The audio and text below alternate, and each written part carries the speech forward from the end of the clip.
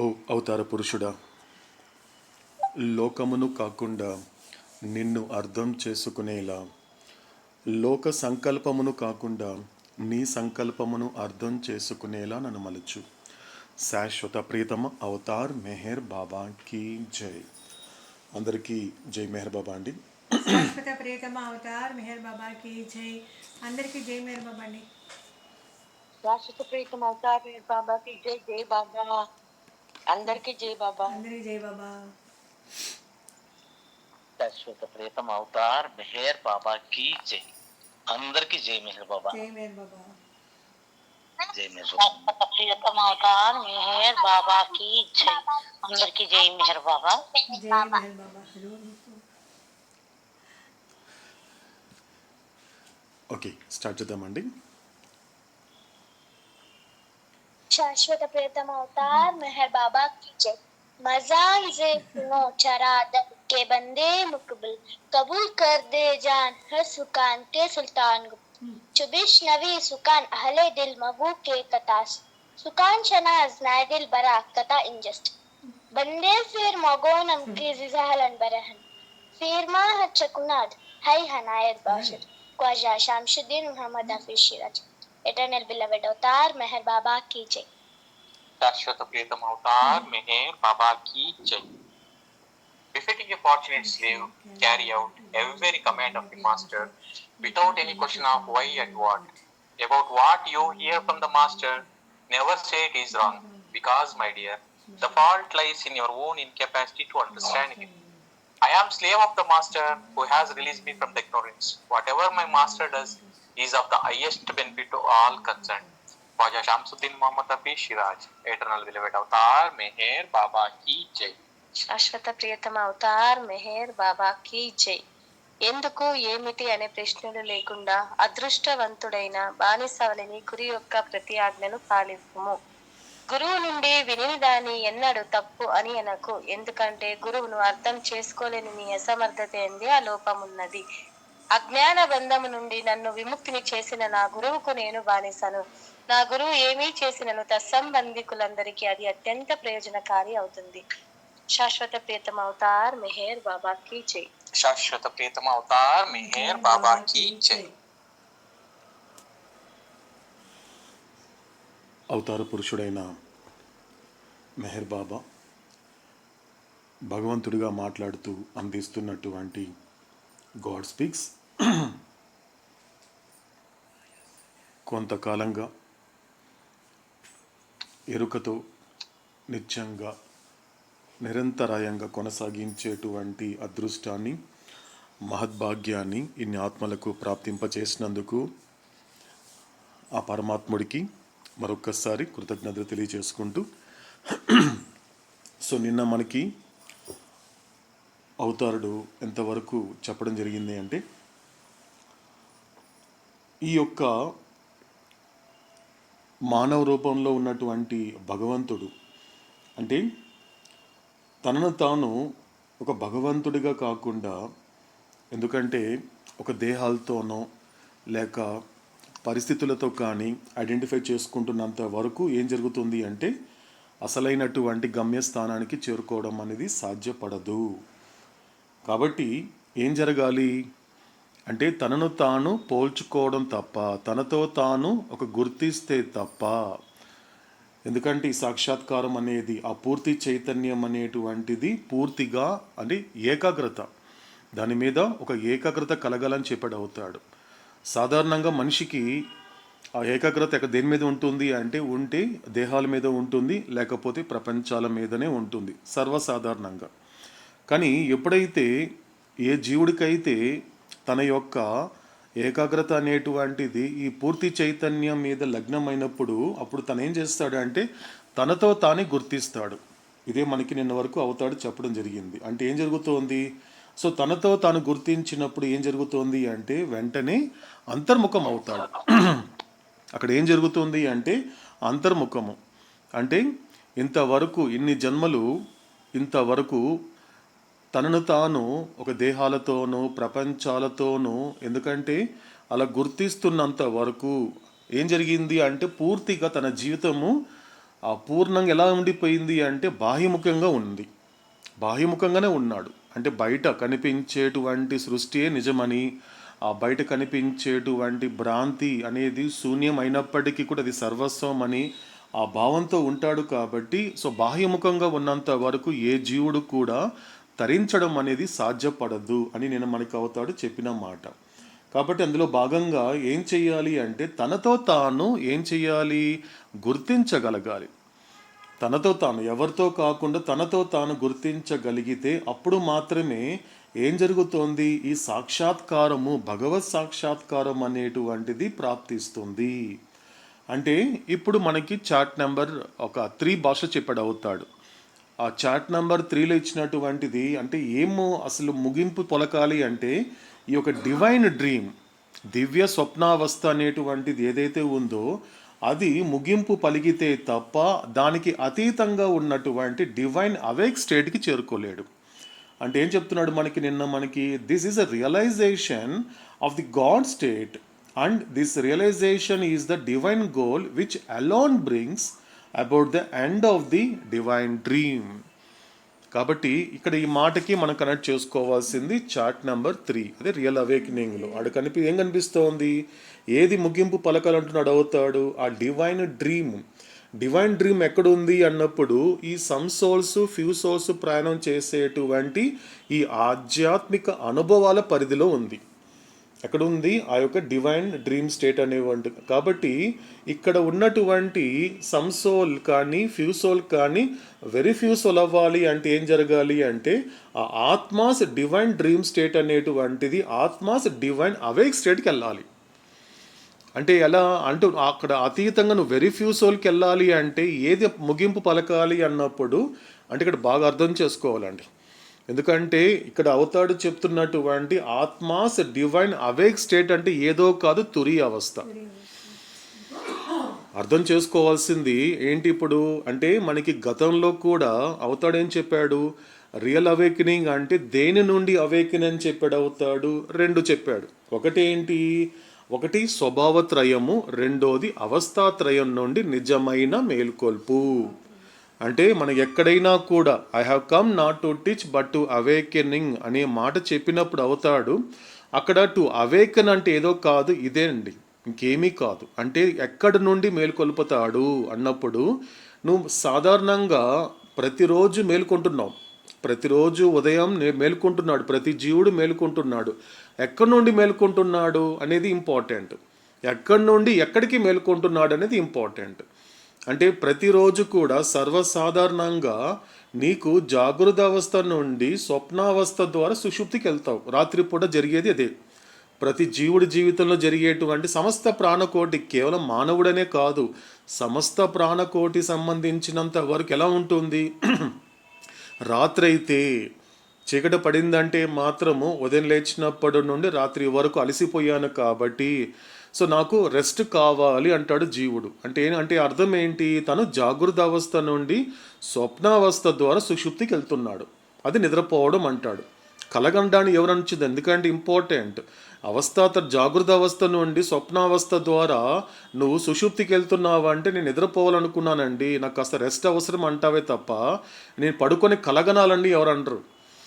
నీవు వెంటనే పడుకొని వెంటనే నేను కలగనాలండి, నేను స్వప్నావస్థకి వెళ్ళాలని అనిపించదండి, నిద్రపోవాలి. ఎందుకంటే చాలా టైర్డ్ అయిపోయినండి ఉదయం లేచినప్పటి నుండి, కాబట్టి నా దేహానికి కాసేపు టైర్డ్నెస్ పోవాలి అంటే పడుకుంటే. అంటే ఎలాగైతే నువ్వు జాగృత అవస్థ నుండి స్వప్నావస్థ ద్వారా సుషుప్తికి వెళ్తున్నావో అది నిద్రపోవడం అంటారు.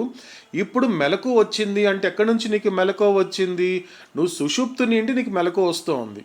అర్థం చేసుకోవాలండి, స్వప్నావస్థ నుండి నీకు మెలకు రావటం లేదు. అంటే సుషుప్తికి ఎలా వెళ్తున్నావు, జాగృత అవస్థ నుండి స్వప్నావస్థ ద్వారా సుషుప్తికి వెళ్తున్నావు. అదేవిధంగా ఉదయంతో నీకు మెలకు వచ్చింది అంటే ఎక్కడి నుండి మెలకు వచ్చింది అంటే సుషుప్తి నుండి. సో నీకు స్వప్నావస్థ ద్వారా నీకు మెలకు వచ్చింది, తద్వారా నువ్వు జాగృత అవస్థకు వస్తున్నావు.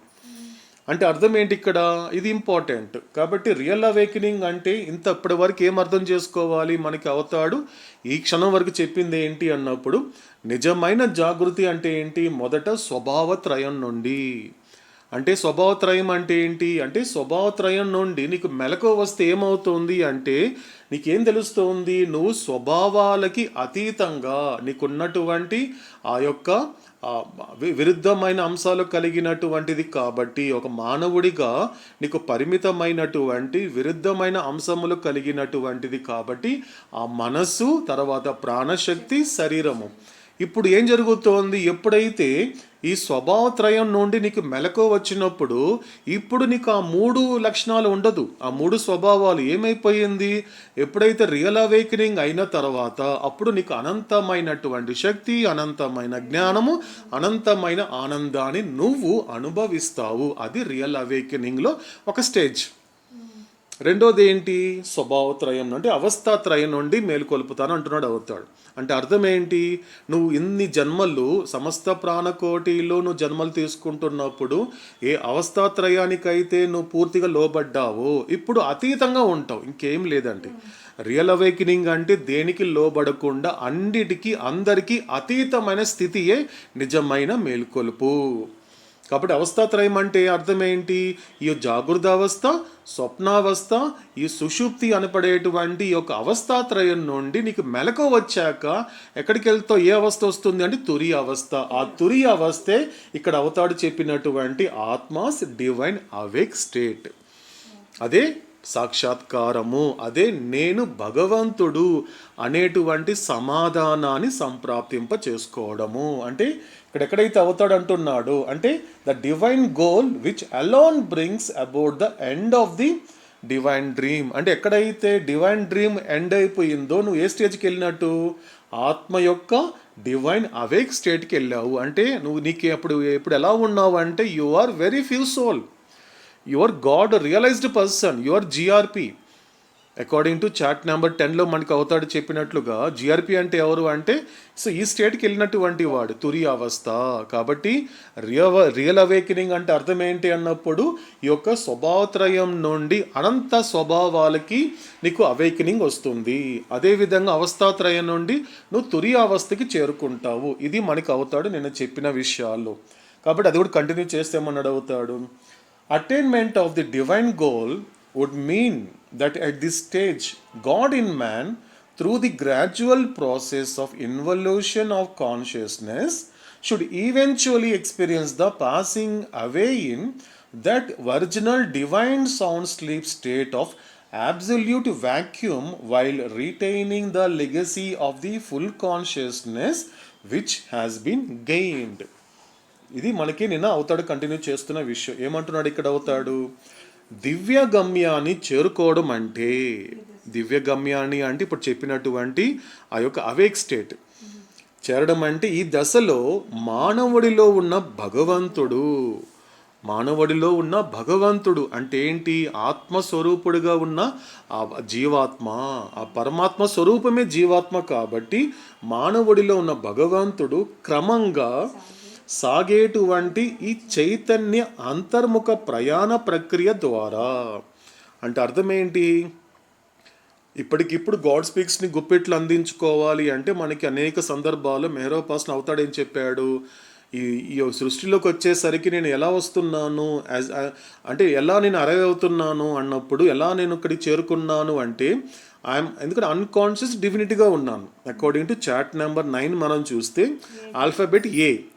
ఈ లోకానికి వచ్చే సమయానికి నేను ఎవరిని అంటే ఏని. అప్పటికి ఏమైపోయింది, ఇంకా వైండింగ్ ప్రాసెస్ అనేటువంటిది కూడా అప్పటికి స్టార్ట్ అయ్యింది.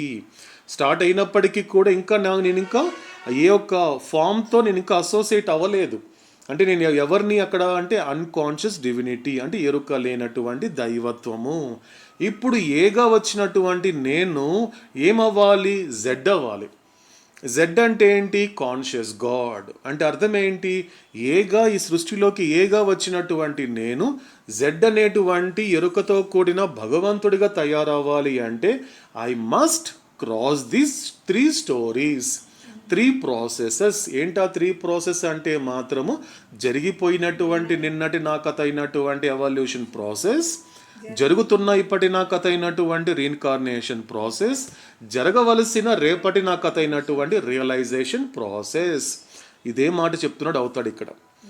కాబట్టి క్రమంగా సాగే చైతన్య అంతర్ముఖ ప్రక్రియ ద్వారా పొందబడిన పూర్తి చైతన్యం యొక్క వారసత్వాన్ని నిలుపుకుంటూనే. అంటే అర్థం ఏంటి ఇక్కడ అర్థం ఏంటి? ఇప్పుడు పూర్తి చైతన్యం అనేటువంటిది, ఎందుకంటే మానవ జన్మ వచ్చిన తర్వాత, ఎందుకంటే నువ్వు దానిని గుర్తించకపోయినా కూడా పూర్తి చైతన్యము అలాగే ఉంటుంది. ఇక్కడ లెగసీ అనే పదం వాడాడు చూడండి, చాలా అందంగా మాట్లాడుతున్నాడు, గొప్పగా మాట్లాడుతున్నాడు, అందడు అర్థమయ్యే భాష చెప్తున్నాడు.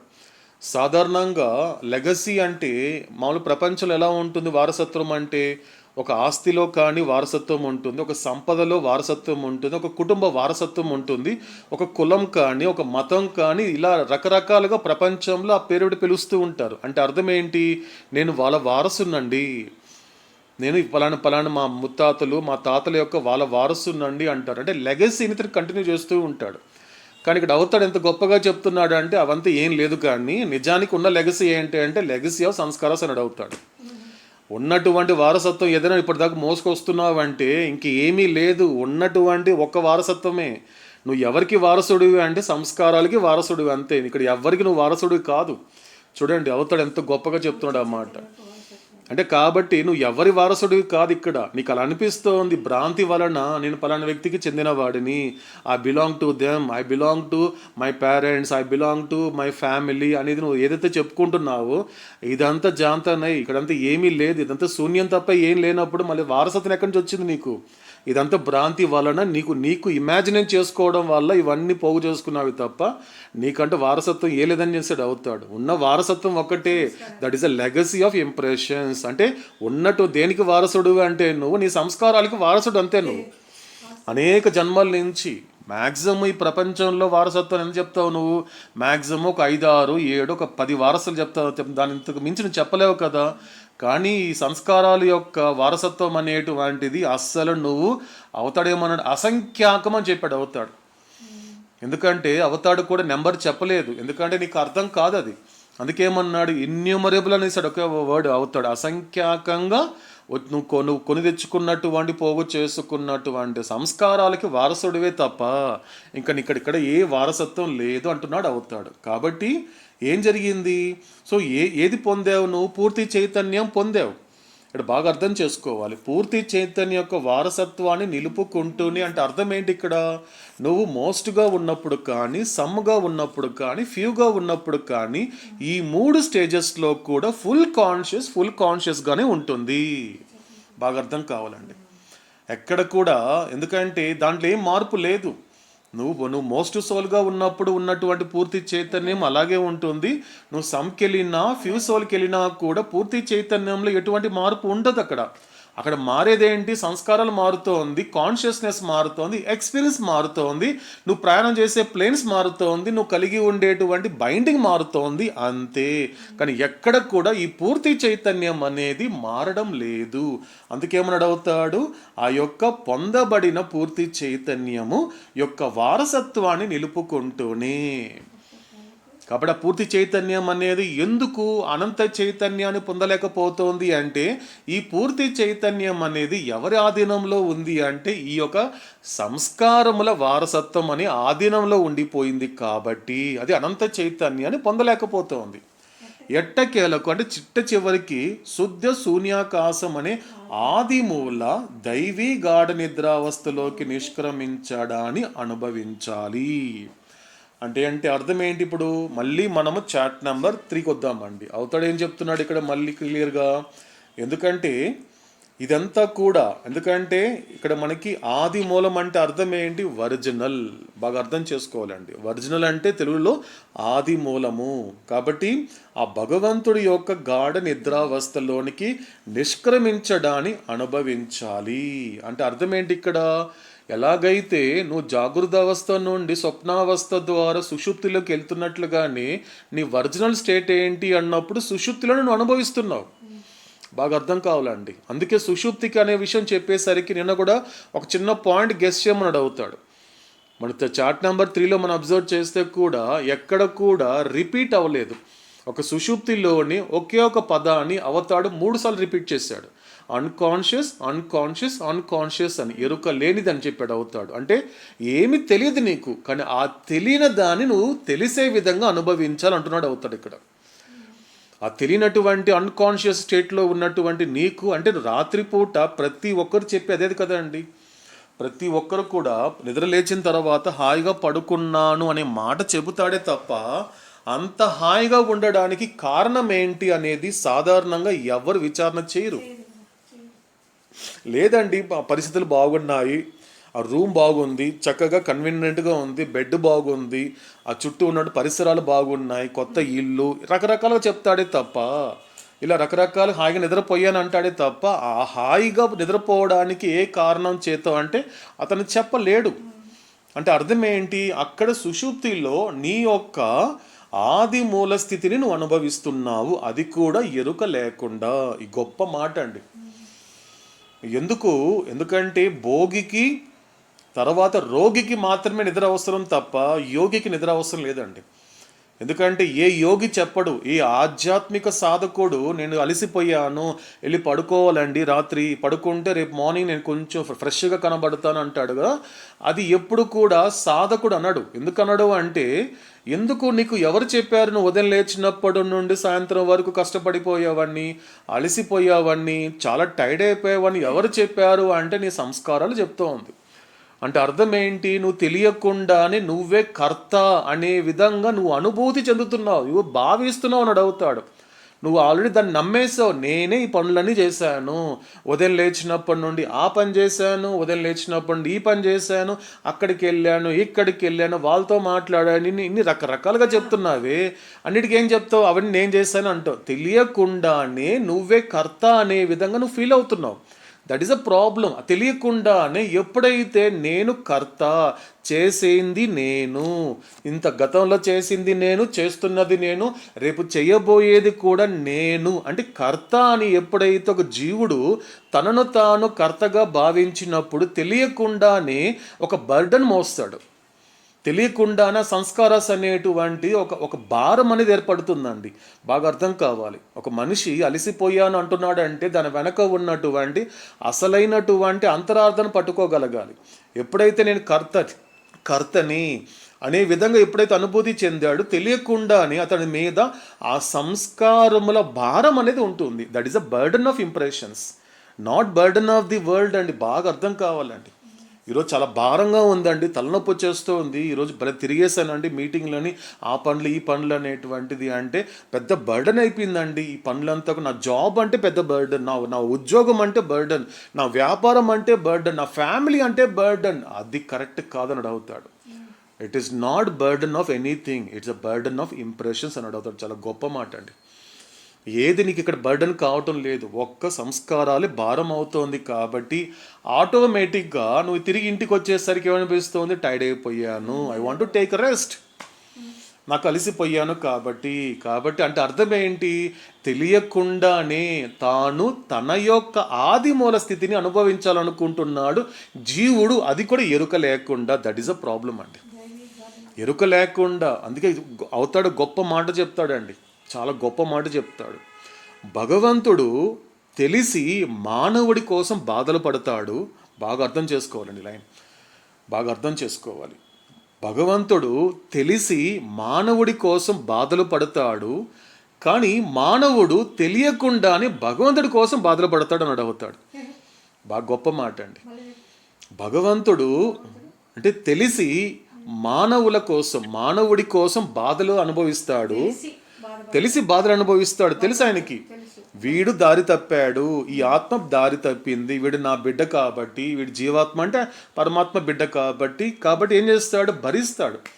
అందుకేం చెప్పాడు అవుతాడు, నా సఫరింగ్ ఏంటి, your ignorance is my suffering అని అడుగుతాడు. అంటే భగవంతుడు తెలిసే మానవుడి కోసం బాధలు పడతాడు, కానీ మనిషి మాత్రము తెలియకుండానే భగవంతుడి కోసం బాధలు పడతాడు, తెలియకుండానే. అంటే అర్థం ఏంటి అంటే తను అనుభవిస్తున్నాడు, ఆ ఎరుక లేకుండా అనుభవిస్తున్నాడు. కాబట్టి ఏదైతే నువ్వు సుషుప్తులు అనుభవిస్తున్నావో, యోగి చేసే పని ఏంటి అంటే, నువ్వు ఒక భోగిగా రాత్రిపూట నువ్వు సుషుప్తులు అనుభవించే దానిని, ఆ యొక్క స్థితినే యోగి జాగృత అవస్థలు అనుభవిస్తాడు. అంతే తేడా. నువ్వు రాత్రి ఇన్ని గంటలు పడుకుంటే నీకు నీకు టైర్డ్నెస్ పోతుంది. కానీ అదే టైర్డ్నెస్ నీకు యోగి కావాలి అంటే అతనికి బెడ్ కానీ ఒక టైంతో సంబంధం లేదు. అలా కూర్చుంటే ఒక అవస్థకి వెళ్ళిపోతే అతను 5-6 నిమిషాల్లో కూడా ఆ అవస్థకు వచ్చేస్తాడు. సుషుప్తులు అనుభవించే ఆనందాన్ని 5-6 నిమిషాల్లో ఒక యోగి అనుభవిస్తాడు, ఒక సాధకుడు అనుభవిస్తాడు. అందుకే అతనికి టైట్నెస్ ఉండదు. ఎందుకంటే అతను చేసేది నేను కాదు, ఇదంతా కూడా కార్యాలు, ఇవన్నీ నా ద్వారా నా కర్త అయినటువంటి నా భగవంతుడు జరిపిస్తున్నాడు. కాబట్టి నా జీవితంలో కర్త నేను కాదు, నా భగవంతుడు అంటాడు. ఎవరు? యోగి. అందుకే అతను ఏమంటారు? కర్మయోగి అంటారు. కర్మయోగి ఎలా ఉంటాడు? తన కర్త అని ఫీల్ అవ్వడండి. ఎందుకు నేను ఎలా చేయగలుగుతాను? నేను ఎవరిని? అద్దంలో చూసుకుంటే నేను ఎవరిని? ఒక శరీరాన్ని. ఒక శరీరం అనేటువంటిది ఒక జడమైనటువంటిది ఒక పని చేయగలుగుతుందా? అంత సమర్థత ఈ శరీరానికి ఉంటుందా అనే విధంగా గొప్పగా విచారణ చేస్తాడు. ఎవరు? యోగిగా పిలువబడేటువంటి కర్మయోగి. అందుకే యోగి అంటే అతను ఎటువంటి కర్మ చేస్తాడు? తిరిగి కలవడానికి అన్ని పనులు చేస్తాడు. యోగం అంటే ఏంటి? తిరిగి కలవడం. యోగం అంటే ఏంటి అన్నప్పుడు తిరిగి కలవడం. అందుకే యోగం అనే పదాన్ని భగవద్గీతలో శ్రీకృష్ణుడు 18 అధ్యాయాలన్నిటికీ చివరిలో అదే పేరు పెట్టాడు. జ్ఞానయోగం అని, కర్మయోగం అని, అర్జున విషాద యోగం అని, ఇలా చివరికి వచ్చేసరికి మోక్ష సన్యాస యోగం అని, అన్నిటికీ యోగం యోగం యోగం. యోగం అంటే ఏంటి? తిరిగి కలవడమే. Back to God. బాగా అర్థం చేసుకోవాలండి. వెనక్కి వెళ్ళాలి. ఎందుకంటే ముందుకు వెళ్ళిపోయావు నువ్వు. ముందుకు ఏదో ఎదిగిపోయాను, ఏదో డెవలప్ అయిపోయాను ముందుకు వెళ్ళిపోతున్నావు. కాబట్టి అభివృద్ధి ఉంది అంటే నువ్వు పెరుగుతున్నావు, ఎదగడం లేదు. That is a problem. ప్రపంచంలో పెరుగుతావు అంతే, అన్ని పెంచుకుంటూ పోతావు. ఫ్యామిలీ పెరుగుతుంది, డబ్బు పెరుగుతుంది, పేరు పెరుగుతుంది, ప్రఖ్యాతులు పెరుగుతుంది, దాంతోపాటు ఆపదలు కూడా పెరుగుతూ ఉంటుంది. అందుకే అన్నమయ్య ఒక మాట అంటాడు, ఎంత సంపదకు అంతే ఆపద అంటాడు ఒక చోట. మాయా మోహము మానదిది అంటాడు. మాయా మోహము, మనుషులకి ఈ మోహం పోదు. ఎంత సంపదకు అంతే ఆపద అంటాడు. అంటే అన్ని పెంచుకుంటూ పోతున్నాడు మనిషి, ఎదగడం లేదు. ఎదగడం అనేది అంతర్ముఖమైతే తప్ప. కాబట్టి ఇక్కడ అవుతాడేమంటున్నాడు మనకు క్లియర్గా ఇక్కడ, అటువంటి దానిని అనుభవించాలి. ఆ విధంగా భగవంతుడు నేను భగవంతుడు అని తన శాశ్వత స్థితిని ఎరుకతో అనుభవపూర్వకంగా తెలుసుకోగలుగుతాడు. అంటే అర్థం ఏంటి? ఒక్కొక్క స్టెప్ దాటుకుంటూ వెళ్ళాలి. మోస్ట్ సోల్లో ఉన్నప్పుడు దేవుడు ఏమయ్యాడు? దేహమయ్యాడు. అక్కడి నుంచి ఎప్పుడైతే సంసోలకు వచ్చేసరికి సంసోల్లో ఉన్న దేవుడు ఏమయ్యాడు? ప్రాణమయ్యాడు. అక్కడి నుంచి దాటుకొని భగవంతుడు ఆ ఫ్యూ సోల్కి వెళ్ళేసరికి ఏమయ్యాడు? మనసు అయ్యాడు.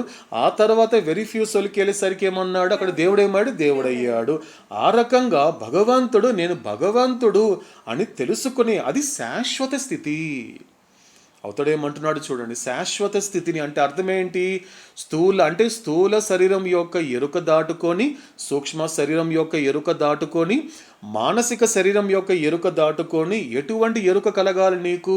ఆత్మ యొక్క ఎరుక కలగాలి. అదే శాశ్వత స్థితి. అది నీకు శాశ్వతమైన ఆనందాన్ని ఇస్తుంది. అటువంటి ఎరుక ఎలా ఉండాలి? అనుభవపూర్వకంగా తెలుసుకోగలుగుతాడు. ఆ పైన తన ఆది మూల స్థితిని ఎరుకతో పొందగానే భగవంతుడు తన స్వీయ దైవీ శాశ్వత అస్తిత్వాన్ని, తన స్వీయ దైవీ స్వభావాన్ని అనగా అనంతము యథార్థమైనటువంటి సర్వస్వాన్ని అనుభవిస్తాడు. అంటే అర్థం ఏంటి ఇక్కడ? మనకి గతంలో అవుతాడు ఒక మాట చెప్పాడు. ఏం చెప్పాడు అవుతాడు? నేను అవతరించింది భ్రాంతిని నాశనం చేయడం కోసం కాదు. I have come not to teach, destroy illusion. ఎందుకంటే నాశనం చేయడానికి అక్కడ ఏమీ లేదు. ఎందుకు వచ్చా నేను? ఏదైతే నువ్వు ఏ శూన్యానైతే సర్వస్వం అనుకుంటున్నావో అది శూన్యమేరా అని అవగాహన నీకు కల్పించడానికే నేను అవతరించానని చెప్పాడు అవుతాడు. ఎందుకంటే సర్వసాధారణంగా నీ జీవితంలో నీకు కలిగే భయాలు, నీకు కలిగేటువంటి బాధలన్నీ కూడా ఎందుకు నువ్వు అంత సీరియస్ అయిపోతూ ఉంటావు అంటే అవుతాడు గొప్పగా మాట చెప్తాడండి. ఒక మాట అంటాడు అవుతాడు ప్రతిసారి కూడా బేసిక్గా చెప్పే మాట ఏంటి అన్నప్పుడు, నన్ను సీరియస్గా తీసుకొని నీ గురించి మాత్రం తేలికగా తీసుకుంటే తప్ప నువ్వు తేలికైన జీవితాన్ని గడపలేవు. మనకి అవుతాడు గతంలో ఒక ప్రాథమికంగా చెప్పిన మాట ఏంటి? జీవుడు చేసే పని ఏంటి అంటే తన గురించి ఎక్కువ సీరియస్ తీసుకుంటాడు. అందుకే బాగా గమనిస్తేనండి, ఒక మనిషి జీవితంలో ఒక చిన్న చిన్న వాటికి సీరియస్ అయిపోతున్నాడు అంటే ఎక్కడో ఒక చోట తన గురించి సీరియస్గా తీసుకుంటూ తను నమ్ముకున్న భగవంతుని మాత్రము తేలికగా తీసుకుంటాడు. అంటే అర్థం ఏంటి అక్కడ, ఎప్పుడైతే నీ గురించి నువ్వు సీరియస్గా తీసుకున్నప్పుడు ఆటోమేటిక్గా నీ స్థూల సంస్కారాలు బలపడుతుంది కాబట్టి తద్వారా ఆలోచన క్షీణిస్తుంది. బాగా అర్థం కావాలండి. అలా క్షీణించేసరికి ఏంటి అంటే దేనికి బాధపడాలి, దేనికి ప్రతిస్పందించాలి, అసలు వీటికి స్పందించాల్సిన అవసరం లేదని పరిపక్వతని కోల్పోతాడు. బాగా అర్థం కావాలండి.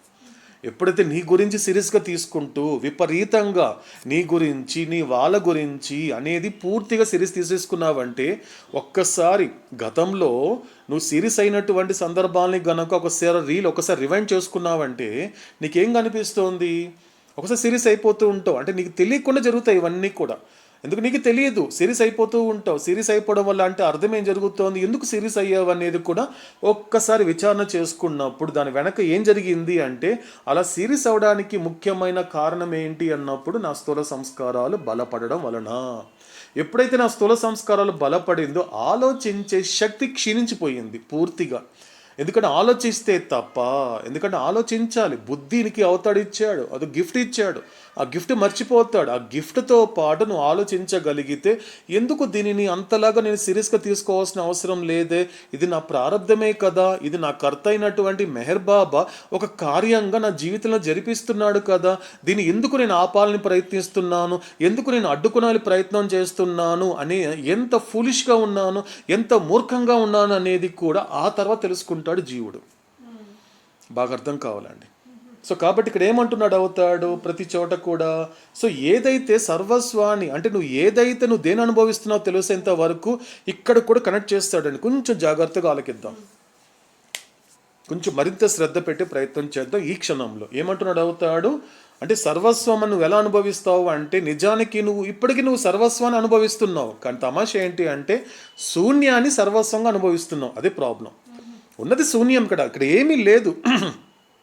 ఏమన్నాడు అవుతాడు, illusion alone is real, all else is God. అంతే కదండి అవుతాడు చెప్పింది.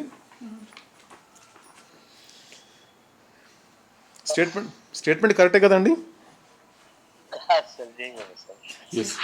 ఏమన్నాడు? God alone is real. Yes, God alone is real, all else is illusion. ఇదొక్కటి చాలు కదండి జీవితాలు మారడానికి, ఇదొక్కటి చాలు కదండి ఒక సరిదిద్దుకోవడానికి నా జీవితాన్ని, ఇదొక్కటి చాలు కదండి తరించిపోవడానికి. అది ఒక్క మాట చాలు కదండి. అది ఒక్కటి జీర్ణం అయితే ఏ జీవుడికైనా, ఎందుకంటే సాక్షాత్ ఆ ఒక్క మాట ఒక సాధకుని మస్తుని చేసింది. మనం గతంలో కూడా మెహరోపాసనలు చూసాం. బాగా మీరు ఒకసారి దాన్ని కొంచెం స్మరించుకుంటూ గుర్తించే ప్రయత్నం చేస్తే, ఎందుకంటే అవతాడు ఒక సాధకుడి దగ్గరకు వచ్చినప్పుడు ఇంకొకసారి రిపీట్ చేసుకున్నాం ఆ పదాన్ని, ఆ సందర్భాన్ని. ఎందుకంటే ఇవి కూడా రిపీట్ అవ్వాలి కాబట్టి ఒక సాధకుడిని మస్తం చేసింది ఆ స్టేట్మెంట్. ఎవరైనా కొంచెం దాన్ని గుర్తుంటే చెప్తారండి ఆ సన్నివేశాన్ని? ఎవరైనా మీకు ఏదైనా గుర్తిస్తే ఈ సందర్భంలో?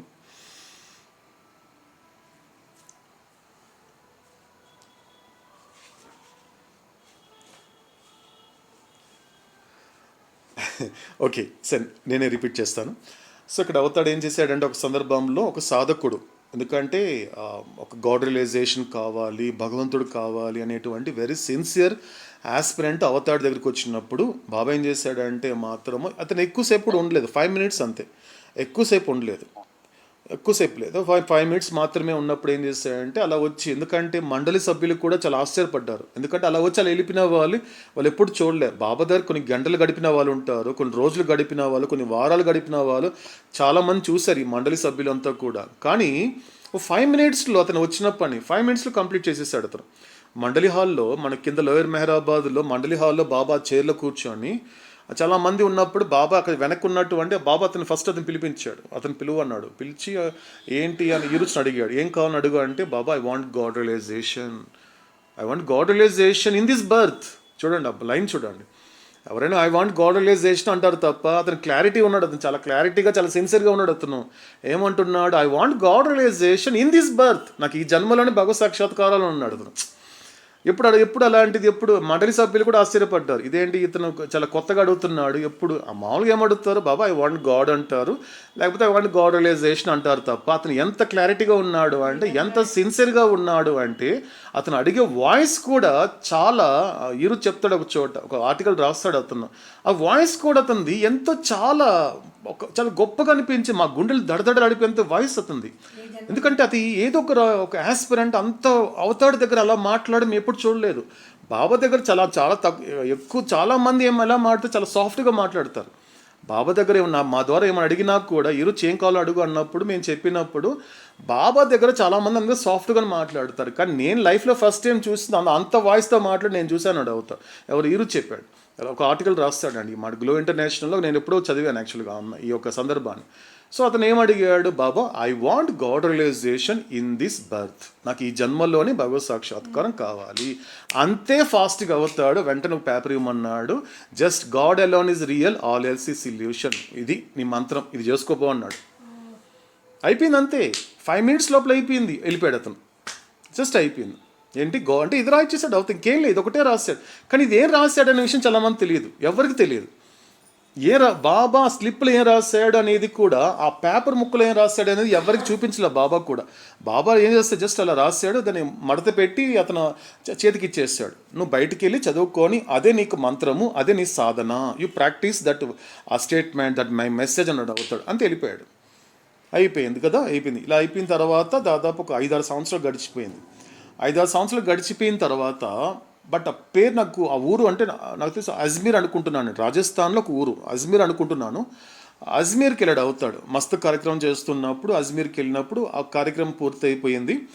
వెళ్తున్నప్పుడు బాబా తిరిగి అక్కడ అకామిడేషన్ హోటల్కి వెళ్ళాలి. తిరిగి వెళ్తూ ఉంటే, ఎందుకంటే చాలాసార్లు అవుతాడు అన్షెడ్యూల్డ్ ప్రోగ్రామ్స్ ఉంటాయి, అది ముందు చెప్పడు అవుతాడు. ఎందుకంటే ఈరోజు డ్రైవ్ చేస్తున్నాడు, పక్కన బైదులంతా కూర్చో ఉన్నారు. అలా బాబా ముందుకు వెళ్తున్నప్పుడు యాక్చువల్గా రైట్ తీసుకోవాలి, రైట్ తీసుకొని హోటల్కి వెళ్ళాలి. వెంటనే అవుతాడు ఏమన్నాడు అంటే లెఫ్ట్ తీసుకో అన్నాడు. లెఫ్ట్ తీసుకునేసరికి, ఎందుకంటే ఆయన క్వశ్చన్ చేయకూడదు కదా, సో వెంటనే లెఫ్ట్ తీసుకున్నాడు. మళ్ళీ రైట్ తీసుకోమన్నాడు, మళ్ళీ స్ట్రైట్ అన్నాడు. దాదాపు ఒక 2-3 గంటల వరకు ప్రయాణం లోపల పోతూనే ఉంది. పోయే కొద్ది ఏమైపోయింది, కంప్లీట్గా అదొక అడవి, ఒక రకమైనటువంటి అవుట్స్కట్కి వచ్చేస్తారు. పూర్తిగా ఏం లే, ఇక్కడ బండి ఆపేయమని చెప్పాడు. ఇక్కడి నుంచి మనం నడవాలన్నాడు అవుతాడు. నడవాలి, సో కాబట్టి మీరంతా చెప్పులు వేసుకోమని చెప్పాడు. చెప్పులు వేసుకొని వెళ్ళమని చెప్తున్నాడు. వెళ్ళే కొద్ది ఏమవుతోంది, నెమ్మదిగా తెలియకుండానే ఒక దుర్గంధం వస్తుంది ఒక ప్లేస్ వెళ్ళేసరికి. ఎందుకంటే మస్తు కార్యక్రమంకి వెళ్తున్నప్పుడు ముఖ్యంగా ఆడ దుర్గంధం వస్తున్నా కూడా ఎవరైనా ముక్కు మూసుకున్నారనుకోండి, వాళ్ళు అయిపోయారు అక్కడికి. బాబా చాలా చాలా సీరియస్ అవుతాడు. ఎందుకంటే ఆ దుర్గంధం అనేది బయట లేదు, మీలో ఉందంటాడు అవుతాడు. అసలు ముక్కు మూసుకోకూడదు, అంత దుర్గంధం కాదు అది. అలాంటి ప్లేస్లోనే మస్తులు ఎక్కువ ఉంటారు కాబట్టి ఆ దుర్గంధం ఎక్కువైపోతుంది ఇంకా ముందుకెళ్తూ ఉంటే. కానీ అవుతాడు చూపించి ఒక పాడుబడినటువంటి ఒక టెంపుల్ అండి, ఒక టెంపుల్ ఉంది. ఆ టెంపుల్లోకి బాబా ఏం చెప్పాడు అంటే, నేను లోపలికి వెళ్ళాలి కాబట్టి ఆ డోర్ ఎక్కడుంది, ఆ ఎంట్రన్స్ ఎక్కడుంది మీరు కనుక్కోండి, నన్ను లోపల తీసుకెళ్ళాలి మీరు, కాబట్టి లైన్ క్లియర్ చేయండి, మీరంతా వీళ్ళన్నాడు అవుతాడు. సో వీళ్ళంతా వెతుక్కుంటూ పోయారు. అప్పటికి 3-4 అయిపోయింది. ఇంకో గంట అయితే ఇంకా చీకటి పడిపోతుంది. సో వీళ్ళంతా చాలా ఫాస్ట్గా వెళ్ళి ఎంట్రన్స్ ఎక్కడుంది, సో బాబా ఎందుకు లోపలికి వెళ్తున్నారు అనేది లోపల తప్ప ఎవరు ప్రశ్నించే ధైర్యం చేయట్లేదు. సో ఏదో రకంగా కనుక్కొని ఎంట్రన్స్ చూసుకొని పోతూ ఉంటే పెద్ద పెద్ద పాములు, ఆ పాములు తిరుగుతున్నాయి. అవి ఏం చేస్తారు వీళ్ళకి అలవాటు వీళ్ళందరికీ. సో అన్నీ తీసేసిన తర్వాత అన్ని లైన్ క్లియర్ చేయాలి ఆయనకి, రోడ్డు అంతా క్లియర్గా ఉండాలి ఆయనకు వచ్చేటప్పుడు. అన్నీ క్లియర్ చేసి బాబా ఒక 1/2 అవర్లో లైన్ క్లియర్ చేసి వెళ్ళిన తర్వాత అక్కడ లోపలికి వెళ్ళాక నేను ఆ పక్కకి వెళ్ళాలి. ఆ పక్కన ఒక అతను కూర్చొని ఉన్నాడు, అతను తీసుకురండి అని అడుగుతాడు. ఇదేంటి పాడుబడినటువంటి ఇంత పెద్ద దాంట్లో ఎవరు ఉంటారని చూస్తూ ఉంటే ఒక భాగం, ఒక మాసిపోయిన బట్టలు, చినిగిపోయిన బట్టలు, ఒక మట్టి కొట్టుకుపోయినటువంటి శరీరము. అంటే ఎలా ఉన్నాడు అంటే ఆ విధంగా ఉన్నాడు. సో వీళ్ళంతా ఏదో మేనేజ్ చేసి అతన్ని తీసుకొచ్చి కూర్చో ఒక బ్యాగ్ తగిలించుకున్నాడు. ఏం లేదు, అలా చూశాడో లేదో బాబాని చూడగానే ఆ కళ్ళల్లో నీళ్ళు అతనికి, విపరీతమైన గడ్డము, ఒక మనిషి నల్లని శరీరము, ఒక రకంగా మట్టి కొట్టుకోపోయింది శరీరం కూడా. చూస్తూ ఉంటే కూడా వెంటనే బాబా వచ్చేసి వెంటనే హగ్ చేసుకున్నాడు. చూడగానే అతనికి వెంటనే ఏడ్ చేశాడు అతను బాబాని చూడగానే. అతను చూడగానే అయిపోయిన తర్వాత బాబా కాసేపు ఆగి కొంచెం షేవ్ చేయడము, స్నానం చేయించడం అంతా కూడా జరిగింది. అక్కడ జరిగిన విషయం ఏంటి అంటే 6, 7, 8 అవుతుందండి. అక్కడి పగటిపూటలాగే ఉంది, చీకటి పడలేదు.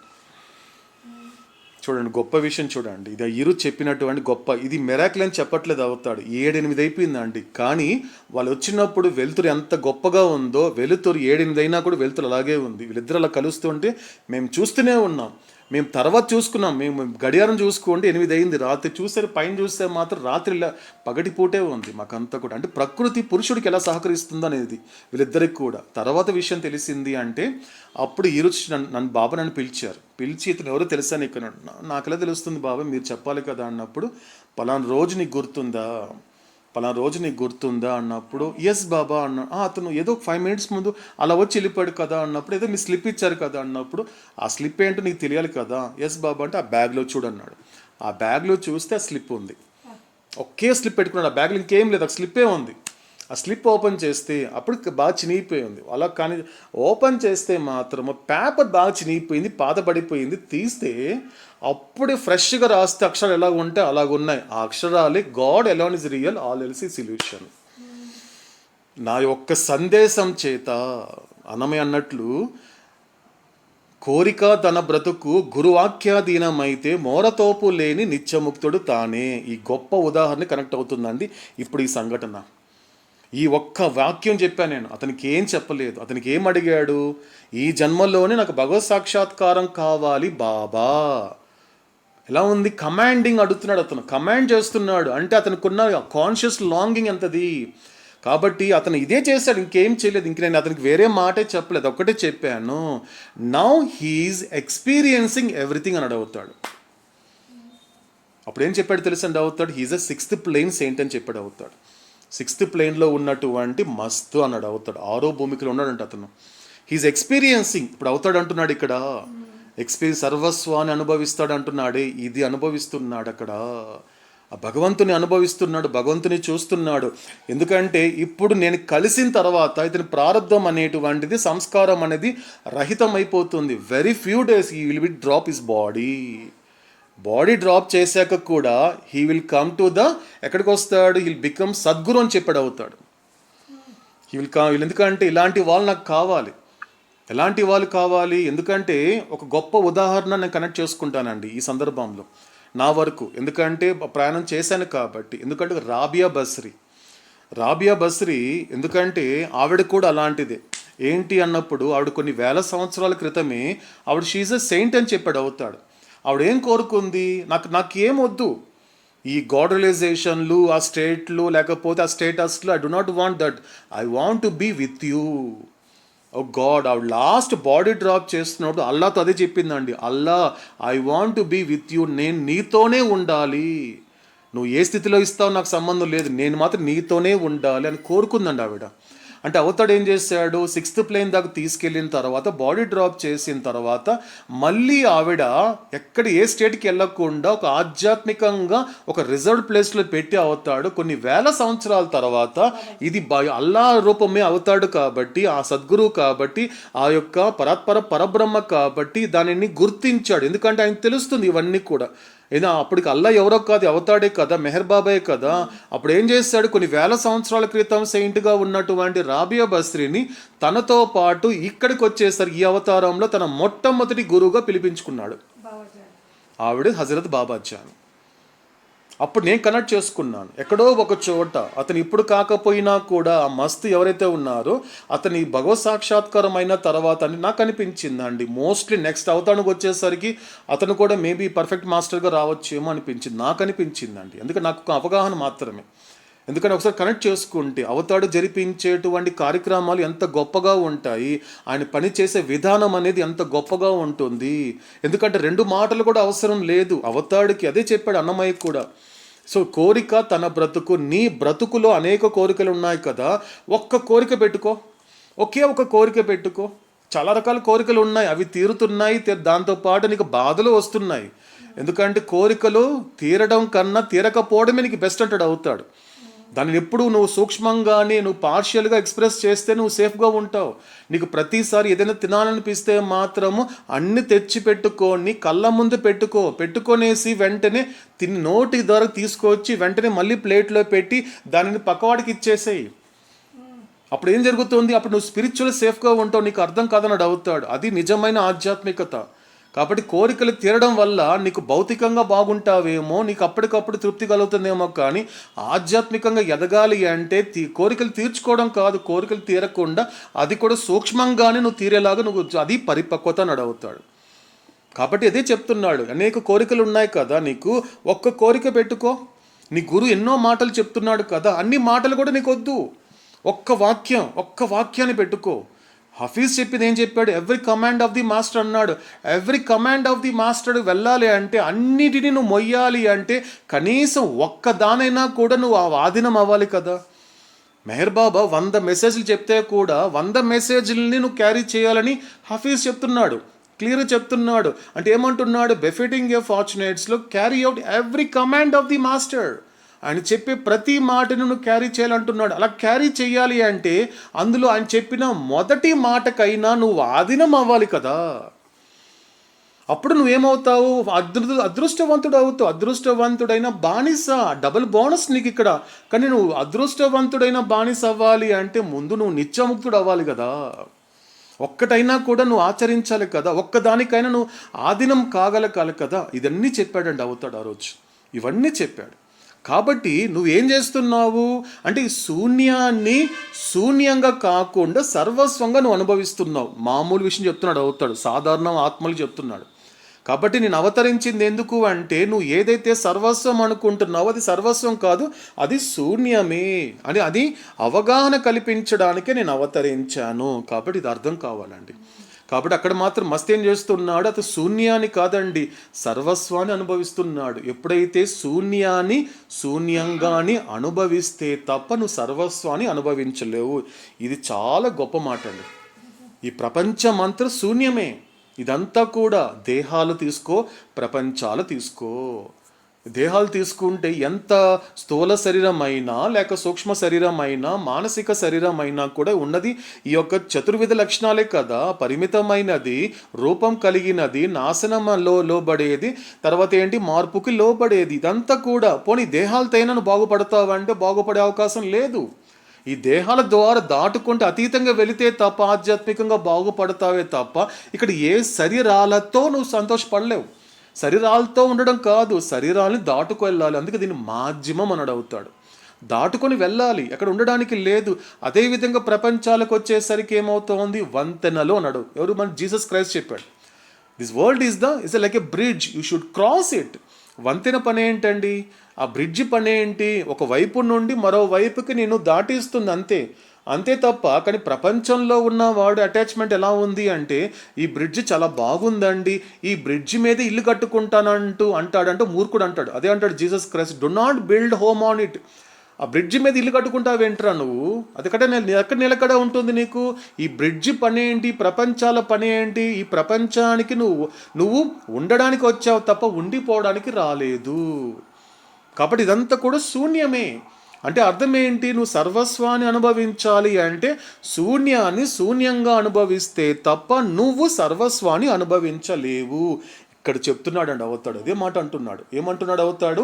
ఆ పైన తన ఆది మూల స్థితిని ఎరుకతో పొందగానే తెలుసుకుంటాడు. ఇది నా యొక్క మూలము, నా పునాది, ఆధారం ఏంటి? పరమాత్మ స్థితి. ఎందుకంటే నేను పరమాత్మలోనే, ఆత్మగా పరమాత్మలోనే ఉన్నాను, ఆత్మగా పరమాత్మతోనే ఉన్నాను. కానీ ప్రాబ్లం ఏంటి అంటే నేను పరమాత్మగా లేను. That is a problem. ఆధ్యాత్మిక సమస్య అంటూ ఏదైనా ఉంది అంటే నేను పరమాత్మగా నేను ఉండటం లేదు. కాబట్టి ఎప్పుడైతే దానిని ఎరుకతో పొందగానే భగవంతుడు తన స్వీయ దైవీ శాశ్వత అస్తిత్వాన్ని, తన దైవీ స్వీయ స్వభావాన్ని అనగా అనంతమైన యథార్థమైన సర్వస్వాన్ని అనుభవిస్తాడు.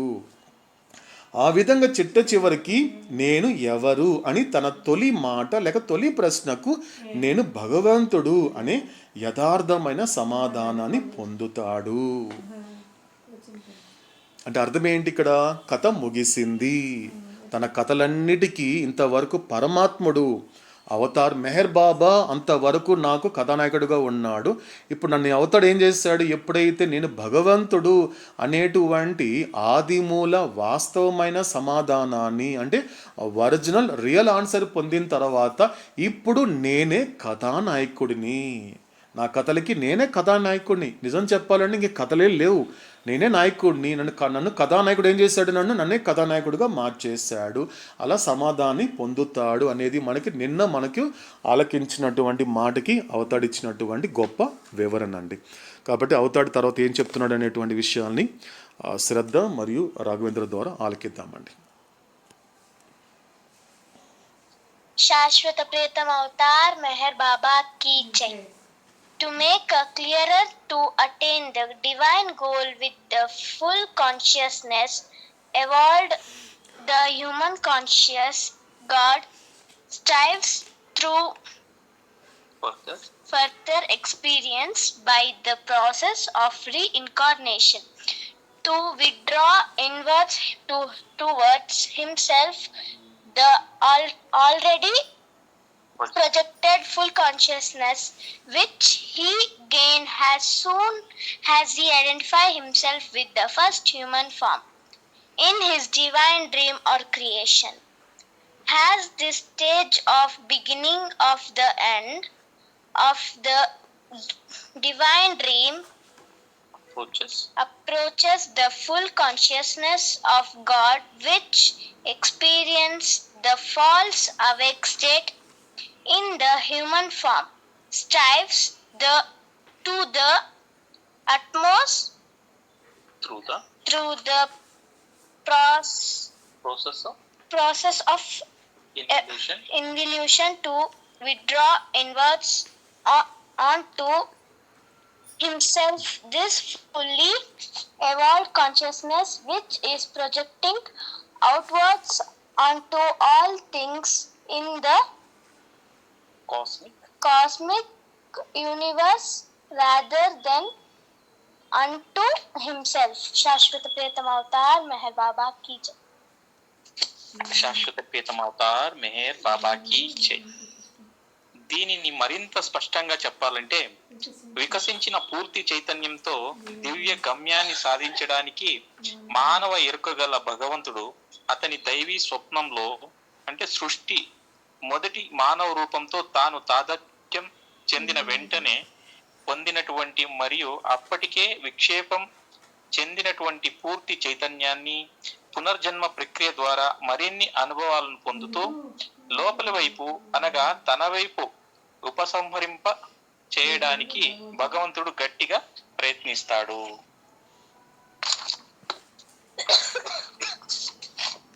అలా దైవీ స్వప్నం యొక్క అంతం ఆరంభమయ్యి ఈ దశ సమీపిస్తున్నప్పుడు మానవ రూపంలో అసత్యమైన జాగ్రత్త అవస్థను అనుభవించే భగవంతుని పూర్తి చైతన్యం విశ్వ జగత్తులోని అన్ని విషయాల మీద బయటకు విక్షేపం చెందుతున్న పూర్తిగా పరిణామం చెందిన ఈ చైతన్యాన్ని అంతర్ముఖ ప్రయాణ ప్రక్రియ ద్వారా లోపలి వైపుకు అనగా తన వైపునకు ఉపసంహరింప చేయడానికి అత్యంత తీవ్రంగా కృషి చేస్తుంది.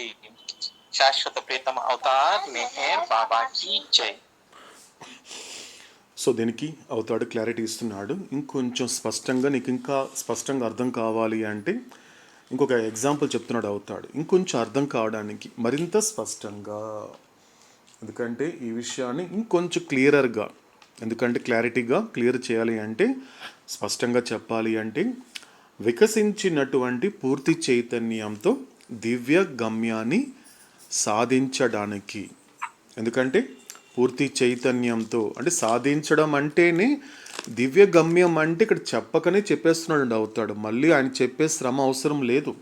ఇక్కడ దివ్య గమ్యం అంటేనే అనంత చైతన్యాన్ని పొందడం. ఎందుకంటే ఇక్కడ చెప్పకనే, ఎందుకంటే కనెక్ట్ చేసేసుకోవాలి అప్పటికప్పుడు. అవుతాడు చెబుతున్నప్పుడే ఆడు చెప్పకనే చెప్తున్నాడు ఆ మాట. అంటే అర్థం ఏంటి ఇక్కడ? సో ఈ యొక్క వికసించినటువంటి పూర్తి చైతన్యంతో నువ్వు సాధించేటువంటిది ఏదైనా ఉంది అంటే అది అనంత చైతన్యము. సో సాధించడానికి మానవ ఎరుక గల భగవంతుడు అతని దైవీ స్వప్నంలో. సో దైవీ స్వప్నం అంటే ఎక్కడ మనకి తీసుకున్నప్పుడు ఇక్కడ బాగా మళ్ళీ ప్రతిసారి ఆ థర్డ్ చార్ట్ కనెక్ట్ చేసుకుంటూ పోవాలి ప్రతి మాట కూడా. అంటే దైవీ స్వప్నావస్థ అంటేనే అర్థం ఏంటి? ఇక్కడ సమ్ సోల్గా ఉన్నప్పుడు కానీ ఫ్యూ సోల్గా ఉన్నప్పుడు నువ్వు అనుభవించేటువంటి అవస్థ. అంటే అర్థం ఏంటి ఇక్కడ? ఇది తురియం అని చెప్పడానికి లేదు. అంటే అవస్థాత్రయానికి తురియావస్థకి మధ్యలో ఉంటుంది.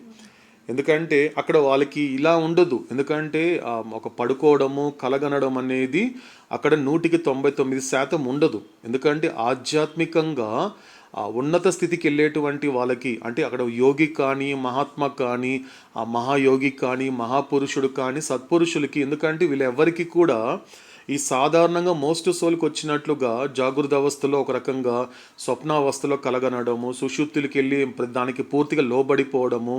అందుకే దానిని ఒకవేళ కుదిరితే మధ్యాహ్నం పూట కూడా పడుకుంటాడు. ఎందుకంటే సాధారణం ఏంటంటే సుషుప్తి అంటే అంత ఇష్టం వాళ్ళకి. హాయిగా ఉంది, వీలైతే మధ్యాహ్నం కూడా కాసేపు నడుము వాలుస్తానండి అంటాడు. అంటే అంత అర్థం ఏంటి? అంతలాగా లోబడిపోడు, ఆధ్యాత్మికమైనటువంటి ఈ పరిధిలో ఉన్నవాడు. కాబట్టి ఇక్కడ అవుతాడు ఏం చెప్పే మాట ఏంటి? అతని దైవీ స్వప్నము అంటే ఏంటి అన్నప్పుడు జాగృత అవస్థకి తర్వాత తురి అవస్థకి మధ్యలో ఉన్నటువంటి ఆ సమ్ సోల్స్ ఫ్యూ సోల్స్ ప్రయాణం చేసేటువంటి అవస్థ గురించి చెప్తున్నాడు. అది సృష్టి. నిజానికి చెప్పాలి అంటే సృష్టి అంటే ఏదో కాదు, అది దైవీ స్వప్నము. ఎందుకంటే స్వప్నం అంటే అర్థం ఏంటి? ఇక్కడ నువ్వు సాధారణంగా కలగంటున్నప్పుడు ఏ కళలో అయితే నువ్వు ప్రపంచాన్ని చూస్తున్నావో అది ఊహకి అది ఊహాపూరితమైనది. కానీ అటువంటి కళ కూడా అవుతాడేమన్నాడు అంటే it is a dream but is a significant dream అన్నాడు అవుతాడు. అది కూడా ఒక ప్రాధాన్యత కలిగినటువంటి స్వప్నమే. ఎందుకంటే ఆ స్వప్నం అనేది కూడా మనకి గతంలో ఒక మాట చెప్పాడు అవుతాడు, ఆ స్వప్నాలన్నీ కూడా చెదరగొట్టాలి సాధారణంగా ప్రతి మానవుడు కూడా. ఎందుకంటే అవన్నీ చెదిరిపోవాలి. ఎందుకంటే మామూలుగా అంటాడు నా కళలని చెదిరిపోయిందండి, ఒక నిరాశ నిస్పృహలు లోబడిన వ్యక్తి అంటాడు నా కళలని చెదిరిపోయిందండి, నిరాశ నిస్పృహలకు వెళ్తాడు. ఎందుకంటే ఆశతో కూడినటువంటిది ఇవన్నీ కూడా, ఈ కళలన్నీ కూడా. కాబట్టి అటువంటి కళలన్నీ చెదరగొట్టేటువంటి క్యాపబిలిటీ, ఆ కెపాసిటీ, ఆ స్ట్రెంగ్త్ అంత ఎవరికి ఉంది అంటే కేవలం పూర్తి చైతన్యానికి ఉంది. ఎందుకంటే పూర్తి చైతన్యాన్ని గుర్తించడం చేత, ఎందుకంటే సంసోల్లో ఉన్నప్పుడు నువ్వు గుర్తించినటువంటి ఆ పూర్తి చైతన్యం అనేటువంటిది మరింత బలపడి అది నిన్ను ఫ్యూసోల్కి తీసుకెళ్లేసరికి మాత్రము అక్కడ పూర్తిగా కళ చెదిరిపోతుంది. కళ ఎక్కడి దాకా ఉంటుంది అన్నప్పుడు చెదిరిపోకుండా పాక్షికంగా చెదిరిపోయేది మాత్రము ఆ 4వ భూమిక వరకు మాత్రమే. ఎందుకంటే 4వ భూమిక వరకు నువ్వు కలగంటూనే ఉంటావు. అంటే మోస్ట్ సోల్లా కాదు కానీ వేరే కలగంటూ ఉంటాడు, వేరే లోకాలకి సంబంధించింది. ఎందుకంటే ఆ కళలు నిజం చేసుకునే ప్రయత్నం కూడా చేస్తూ ఉంటాడు ఆ లోయర్ ప్లేన్స్లో ఉన్న వాళ్ళు. కాబట్టి ఆ 4వ భూమిక వరకు కళ చెదిరిపోవడం అనేది జరగదు. కాబట్టి 4వ భూమిక దాటిన తర్వాత మాత్రమే తన పూర్తి చైతన్యం చేత ఒక్కటే ఉంటుంది. ఎంత గొప్ప ఇల్యూమినేషన్లో ఉంటారు వాళ్ళిద్దరూ అంటే ఎవరు? మహాపురుషుడు, 5వ భూమికలో ఉన్న మహాపురుషుడు, 6వ భూమికలో ఉన్న సత్పురుషుడు. వాళ్ళిద్దరు ఏం చేస్తారు అంటే వాళ్ళ గమ్యం ఒక్కటే. ఏంటది అన్నప్పుడు నాకు భగవంతుడు ప్రాప్తింపచేసినటువంటి పూర్తి చైతన్యంతో అనంత చైతన్యాన్ని సాధించాలి, అదే నా జీవిత గమ్యము అనేటువంటి ఆ ఒక్క నిర్ణయానికి మాత్రమే కట్టుబడి ఉంటారు. అందుకే అవుతాడు వాళ్ళని ప్రకాశవంతమైన ఆత్మలు అన్నాడు. అంటే అర్థం ఏంటి? వాళ్ళలో ఎంత వెతికినా నీకు అజ్ఞానం కానీ అసలు అంధకారం నీకు కనబడదు అని అడుగుతాడు. కాబట్టి అక్కడి వరకు ఉంటుంది, అందరూ చెదిరిపోతుంది, అక్కడ మాత్రము పూర్తిగా చెదిరిపోతుంది. కాబట్టి ఇదంతా సృష్టియే. కాబట్టి అతని దైవీ స్వప్నంలో మొదటి మానవ రూపంతో తాను గుర్తించినటువంటి వెంటనే పొందినటువంటి మరియు అప్పటికి విక్షేపం చెందినటువంటి పూర్తి చైతన్యాన్ని, అంటే ప్రొజెక్ట్ అయింది. పూర్తి చైతన్యం అనేటువంటిది ఏమైంది? అక్కడ ప్రొజెక్ట్ అయినప్పుడు ఏం జరిగింది? ఆ ప్రొజెక్ట్ అయినప్పుడు ఏం జరుగుతోంది అంటే ఆ ప్రొజెక్ట్ అవుతున్నప్పుడు దేని మీద ప్రొజెక్ట్ అవ్వాలి? అనంత చైతన్యాన్ని పొందాలి, లేకపోతే రియాలిటీ మీద అది ఆ విక్షేపం చెందాలి. కానీ అది భ్రాంతిలో విక్షేపం చెందినప్పుడు, అవగాహన రాహిత్యంలో విక్షేపం చెందినప్పుడు వెంటనే అది ఎక్కడికి దారితీస్తుంది అంటే పునర్జన్మకి దారితీస్తుంది. ఎందుకంటే తనతో తాను గుర్తించనంత వరకు బాగా అర్థం కావాలండి. చాలా గొప్ప మాట చెప్పాడు అవుతాడు ఈరోజు మెహరోపాసనంలో. ఎందుకంటే ఒక మనిషి తరించాలి, ఒక మనిషి ఆధ్యాత్మికంగా బాగుపడాలి, మనిషి తను వచ్చిన పని పూర్తి చేసుకోవాలి అంటే తన ఏకాగ్రత దేని మీద ఉండాలి అంటే బయట విషయాల మీద కాదు, తన మీద తన ఏకాగ్రత కలిగి ఉండాలి. తన మీద తన లగ్నం చేసుకోగలగాలి, తనలోకి తను వెళ్ళగలగాలి, అంతర్ముఖం అవ్వాలి అంటున్నాడు అవుతాడు ఒక మాటలో చెప్పాలి అంటే. అంటే పునర్జన్మని తప్పించుకోవాలి అంటే అర్థం ఏంటి అన్నప్పుడు మళ్ళీ మళ్ళీ లోకంలోకి రాకుండా వచ్చిన పని పూర్తవ్వాలి, ఆ పరిపూర్ణత్వాన్ని సాధించాలి అంటే అవతాడు మళ్ళీ రిపీట్ చేసే మాట ఏంటి అన్నప్పుడు అంతర్ముఖం అవ్వాలి. కానీ అలా అవుతుందంటే అలా అవటం లేదు. అందుకే పునర్జన్మ ప్రక్రియ ద్వారా మరిన్ని అనుభవాలను పొందుతూ, ఇక్కడ అనుభవాలంటే అర్థం ఏంటి? గతంలో పోగు చేసుకున్న సంస్కారాలని ఖర్చు పెట్టుకోవడము, కొత్త వాటిని పోగు చేసుకోవడము, మళ్ళీ గతంలో పోగు చేసుకున్న సంస్కారాలని మళ్ళీ ఖర్చు పెట్టడం, కొత్త వాటిని పోగు చేసుకోవడము. పోనీ గతంలో పోగు చేసుకున్న సంస్కారాలు పూర్తిగా ఖర్చు పెడుతున్నాడా అంటే అది లేదు. పాక్షికంగా ఖర్చు పెడుతున్నాడు అంటే అది లేదు. గతంలో 100 సంస్కారాల్లో ఉంటే ఒక్క సంస్కారం ఖర్చు పెట్టి మళ్ళీ 200 సంస్కారాలను పోగు చేసుకుంటున్నాడు. అందుకు భారం అయిపోతుంది. అందుకే అవతాడేమన్నాడు, it's a burden of impressions. బాగా అర్థం కావాలండి. ఎందుకంటే అవగాహన అనేది చాలా ఇంపార్టెంట్. అవతాడి యొక్క జీవితంలో అవతాడితో జీవితం గడుపుతున్నప్పుడు అవేర్నెస్ ఈజ్ ద ఇంపార్టెంట్. అందుకే తనే చెప్పాడు అవుతాడు. ఏమన్నాడు? Awareness is a great help to me in my work అన్నాడు అవుతాడు. నాకు ఒక పని ఉంది నీ పట్ల, నిన్ను తరింప చేయాలి, దారి తప్పినటువంటి నిన్ను దారిలో పెట్టుకుంటూ, అంటే మాట విననటువంటి నువ్వు నా మాట విననటువంటి నా బిడ్డని నా మాట వినేలా, నా మాట మాత్రమే వినే బిడ్డలా చివరికి నాలా తయారు చేసే ఆ స్థితికి వెళ్ళడం, నేను తీసుకెళ్ళడం అనేది నా పని. ఆ పనిలో నీ ఒక అజ్ఞానం చేత అడ్డుపడుతున్నావు, నువ్వే అడ్డుపడుతున్నావు. కాబట్టి నువ్వు నాకు ఏదైనా గొప్ప సహాయం చేసే పని అయితే, చూడండి చాలా గొప్ప మాట అండి. ఇంతవరకు అవతాడు చెప్పాడు, I will help you, don't worry, be happy, I will help you అన్నాడు కదా అవుతాడు. కొన్ని సందర్భాల్లో కొంతమందితో అంటాడు అవుతాడు, వీడు పర్వాలేదు, దారిలోకి వస్తున్నాడు, వీడు నా దగ్గరే ఉండాలనుకుంటున్నాడు, నన్ను తన నిత్య సహచరుడిగా శాశ్వత ప్రియతముడిగా గుర్తించే ప్రయత్నం చేస్తున్నాడు అంటే ఇది ఎక్కడో నాకు చాలా ఆనందాన్ని కలిగించే విషయం. కాబట్టి అలాంటి బిడ్డ నుండి తన హెల్ప్ కోరుకుంటాడు. తాను హెల్ప్ చేయడం కాదండి, తన హెల్ప్ కోరుకుంటాడు. అదే అంటున్నాడు ఇక్కడ, ఒకవేళ నువ్వు గనుక నేను చెప్పిన మాటని శ్రద్ధగా ఆలకిస్తూ నేను ఏ ఉద్దేశంతో అయితే అవతరించానో ఆ ఉద్దేశంలో భాగమైనటువంటి అవగాహన గనుక నువ్వు కలిగి ఉండగలిగితే, నీ జీవితంలో అవగాహనతో ఉండరా, నువ్వు ఏం అవసరం లేదురా, నువ్వు ఎవరితో ఉండాల్సిన అవసరం లే, అవగాహనతో ఉంటే చాలా నడవుతాడు. అవగాహనతో ఉంటే చాలు, ఇంకేం అవసరం లేదు. అవగాహనతో ఉండడం అంటే ఏంటి? ఇంతకు ముందు చెప్పిన ఒకే ఒక్క మాట, God alone is real, all else is illusion. ఏమంటే ఇంతకు మించిన అవేర్నెస్ ఇంకేం కావాలండి జీవితంలో? ఒక్కసారి ఇది గనుక జీర్ణం చేసుకోగలిగితే ఆల్ ఎల్స్ ఇస్, అంతా ఒక్క భగవంతుడు తప్ప మిగతాదన్నీ భ్రాంతి, ఏమీ లేదురా. నువ్వు ఎక్కడైనా భయపడుతున్నావు, ఎక్కడైనా బాధపడుతున్నావు, అనేక రకాలైన ఆందోళనలు, అనేక రకాలైనటువంటి ఇబ్బందులు పడుతున్నావు అంటే ఎక్కడో ఒక చోట ఉన్నది భగవంతుడు అనేది గుర్తించలేకపోతున్నావు. కాబట్టి నీకు భయం వస్తున్నా, బాధ కలుగుతున్నా కూడా భ్రాంతిని ఏమనుకుంటున్నావు? సర్వస్వంగా నువ్వు అనుభవిస్తున్నావు. అరే భ్రాంతి ఎప్పుడు శూన్యమైందరా? భ్రాంతి ఎక్కడి నుంచి వచ్చింది? మాయ నుండే వచ్చింది. మాయ శూన్యమైనప్పుడు శూన్యం నుండి శూన్యం వస్తుందే తప్ప శూన్యం నుండి సర్వస్వం ఎలా వస్తుందిరా? చిన్న లాజిక్ ఎలా మిస్ అయ్యేవరా అంటాడు అవుతాడు. చిన్న లాజిక్ ఎలా మిస్ అయ్యేవరా? సర్వస్వం నుండి సర్వస్వం వస్తుంది తప్ప శూన్యం నుండి సర్వస్వం ఎలా వస్తుందిరా? రాదు కదా. అశాశ్వతమైన వాటి నుంచి శాశ్వతమైన ఆనందాన్ని ఎలా కోరుకుంటావు? అనిత్యమైన వాటి నుండి నిత్యమైన విషయాలు ఎలా కోరుకుంటావు? అసత్యమైన వాటి నుండి సత్యాన్ని ఎలా వెతుకుతావురా నువ్వు? ఇది కదరా మూర్ఖత్వం అంటున్నాడు అవుతాడు. కాబట్టి ఎలా జరుగుతోంది? అనుభవాలు పొందడం అంటే అర్థం ఏంటి అన్నప్పుడు ఈ సంస్కారముల, దీని అవుతాడు చాలా గొప్ప మాట అంటాడు, it is a exchange of sanskaras అన్నాడండి. ఒకే మాట అన్నాడండి, చాలా గొప్ప మాట. ఒక సందర్భంలో బాబా, మేమంతా ఒక కుటుంబం బాబా, మేము ప్రేమలు ఇచ్చి పుచ్చుకుంటూ ఉంటాము, ఒకరంటే ఒకరు ఇష్టపడతాము, ఒకరు లేకుండా ఒకరు ఉండలేము బాబా అంటే బాబా నవ్వుతూ ఒక మాట అన్నాడు, it is not exchange of love, it is not exchange of thoughts, it is not exchange of anything else, but it's exchanging of sanskaras అన్నాడు అవుతాడు. చాలా గొప్ప మాట అండి. ఇక్కడ ఎవరితో సంబంధాలు, ఎవరికి ఏ సంబంధం లేదు. కరెక్ట్గా చెప్పాలి అంటే ఇక్కడ ఎవరికి చెందిన వాళ్ళు కాదు, ఎవరికి ఏమీ కారు. బాగా అర్థం కావాలండి, ఇదంతా రియాలిటీ అండి.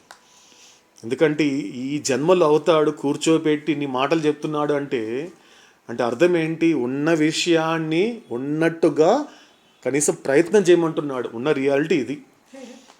ఉన్న రియాలిటీ ఇదిరా నాయన. కాబట్టి నువ్వు అన్నట్టు మా ఇద్దరి మధ్య ప్రేమలు ఉన్నాయి బాబా, మా ఇద్దరి మధ్య ఇష్టాలు ఉన్నాయి, మేము ఒకరు విడిచి ఒకరు ఉండలేమంటే మాత్రము బాబా వెంటనే అన్నాడు, it is nothing but exchange of impressions. అంతే.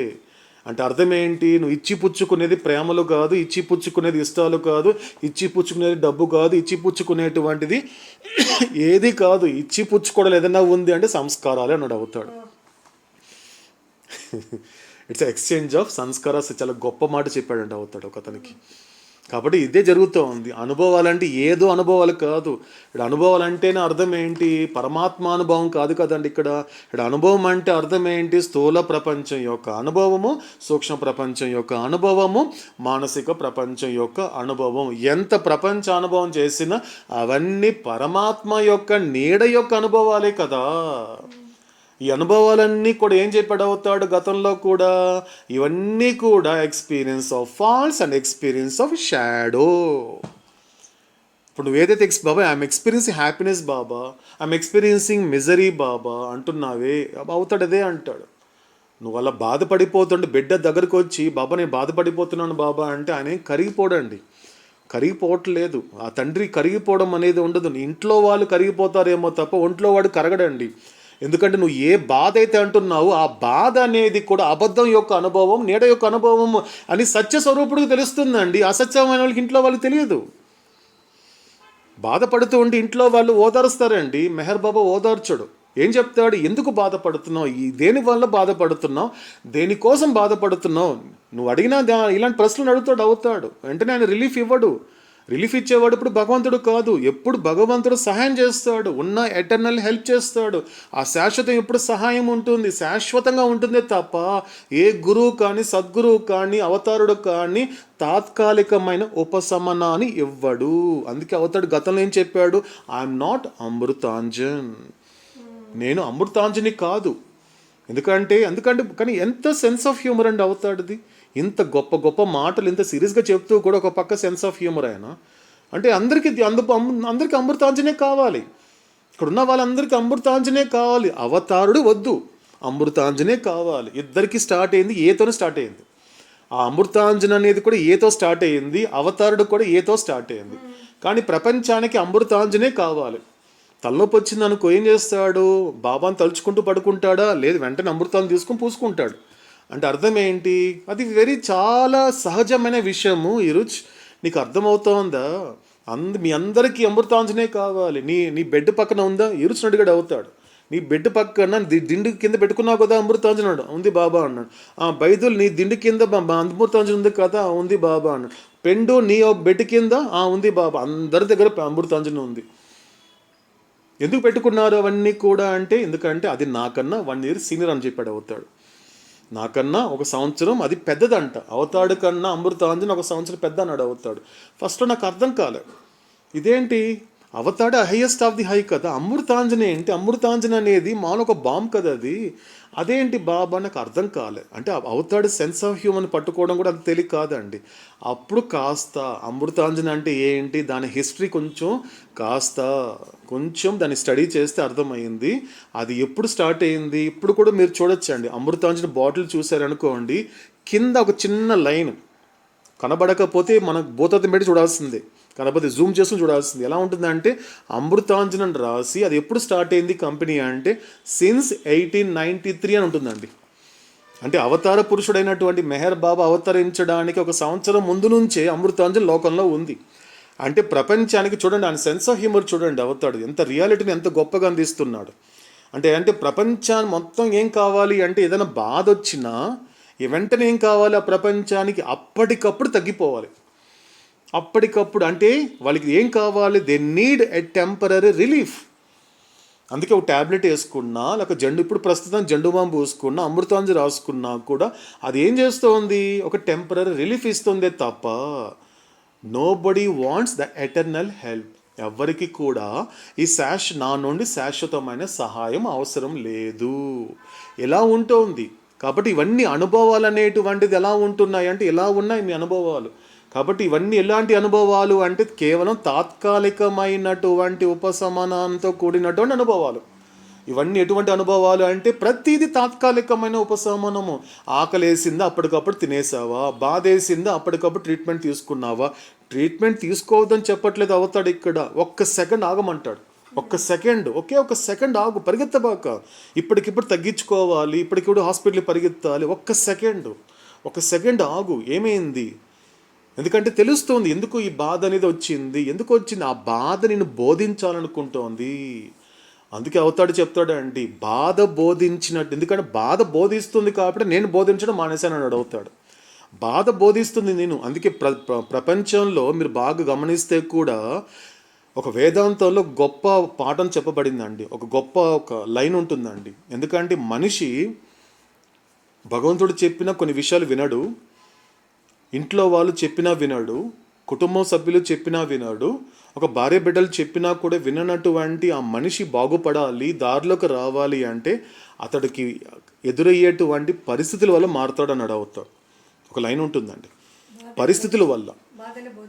అంటే అక్కడ ఇంతవరకు బాధలు తెలియనట్టు విధంగా భోగించినటువంటి వాడు ఆ బాధలు రాగానే, ఫర్ ఎగ్జాంపుల్ ఏంటి, ఏదైనా ఒక రోగం అనుకోండి, ఒక సిగరెట్ తాగేవాడు అనుకోండి, ఇంకా సిగరెట్ తాగేవంటే లంగ్స్ కంప్లీట్గా పోయిందండి, ఇంకా మీరు సిగరెట్ తాగితే మాత్రం మీరు బతికే అవకాశం లేదని చెప్పాడు అనుకోండి. ఇంతవరకు మామూలుగా ఆరోగ్యంగా ఉన్నప్పుడు చెప్పినప్పుడు వినటువంటి ఆ వ్యక్తి ఇప్పుడు ఆ రోగం రావాల బాధ వల్లే కదా మారాడు కదండి. ఇప్పుడు డాక్టర్ ఏం చెప్తున్నాడు, ఇప్పుడు నువ్వు స్మోక్ చేసావంటే మాత్రం నువ్వు బతికే అవకాశం లేదు, కాబట్టి నేను చచ్చినా పర్వాలేదని ఎవరు స్మోక్ చేయరు సాధారణంగా. బతకాలి కాబట్టి స్మోకింగ్ వదిలేస్తాను అంటే అక్కడ అర్థం ఏంటి? ఆడ భగవంతుడి వల్ల అతను మారలేదు, గురువు వల్ల మారలేదు, ఆధ్యాత్మికం వల్ల మారలేదు, ఇంట్లో వాళ్ళ వల్ల మారలేదు, మిత్రుల వల్ల మారలేదు, కానీ తన బాధల వల్ల మారాడు. అంటే అర్థం ఏంటి? మనిషికి బాధలే బోధిస్తుంది. కాబట్టి బాధల నుండి పరిగెత్తొద్దు, నువ్వు ఎక్కడ తప్పించుకోవాల్సిన అవసరం లేదు. కాబట్టి ఇదంతా ఎటువంటి అనుభవాలు అన్నప్పుడు ఇదంతా కూడా ఆ పరమాత్ముడి యొక్క నీడ యొక్క అనుభవాలే. ఇదే చెప్తున్నాడు అవుతాడు. అనుభవాలు పొందుతూ లోపలి వైపుకి అనగా తన వైపుకి ఉపసంహరింప చేయడానికి భగవంతుడు గట్టిగా ప్రయత్నిస్తాడు. ఎలా జరుగుతుంది ఇదంతా కూడా అంటే ఇంతవరకు మోస్ట్ సోల్గా ఉన్నవాడు సంసోల్గా ఎలా తయారవుతున్నాడు అంటే తన అంతర్ముఖంగా ఎలా వస్తుంది అంతర్ముఖ ప్రయాణం అనేది. మన గతంలో అవుతాడు ఒక మాట చెప్పాడు, ఈ మార్గం అనేది హౌ ఎ పాత్ బిగిన్స్ అని చెప్పాడంటే అవుతాడు గతంలో మనకి. ఈ ఆధ్యాత్మిక మార్గం అనేది ఎలా ప్రారంభం అవుతుందని చెప్పాడు.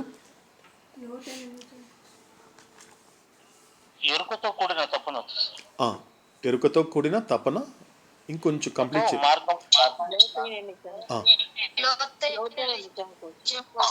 ఎస్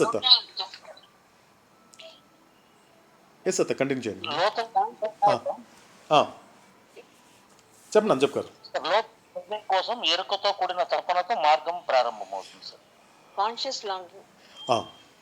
ఎస్ అత్త కంటిన్యూ చేయండి అత్త, చెప్పండి. Conscious longing for deeper reality. ఇంకొంచెం.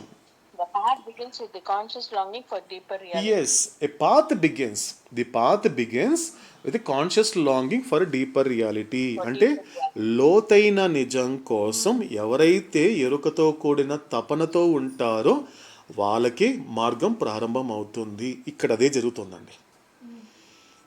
గట్టిగా ప్రయత్నిస్తాడు అంటే ఏంటి అంటే అర్థం ఏంటి? అతని లోతైనటువంటి సత్యము బయట లేదు. వెంటనే అక్కడ అది అర్థమైపోయింది అతనికి. మోస్ట్ సోల్గా ఉన్నప్పుడు మాత్రమే మెహర్ బాబా ఎక్కడో సెంటర్లోనో మెహరాబాద్లోనో సహవాసులోనో ఉంటాడు అనేటువంటిది మోస్ట్గా ఉన్నప్పుడు తెలుసుకున్నాడు. కానీ సమ్కి వెళ్ళేసరికి ఏమర్థమైంది? ఉన్నది మెహర్ బాబా ఎక్కడో బయట లేడు, నాలానే అంతర్యామిగా ఉన్నాడు. ఆయనని దర్శించాలి, ఆయనతో గడపాలి అంటే నేను ఎక్కడికి వెళ్ళాలి? బయటికి వెళ్ళాల్సిన అవసరం లేదు, నేను అంతర్ముఖం అవ్వాలి. అంటే అర్థం ఏంటి? ఆ డీపర్ రియాలిటీ ఎక్కడుంది? నాలోనే ఉంది.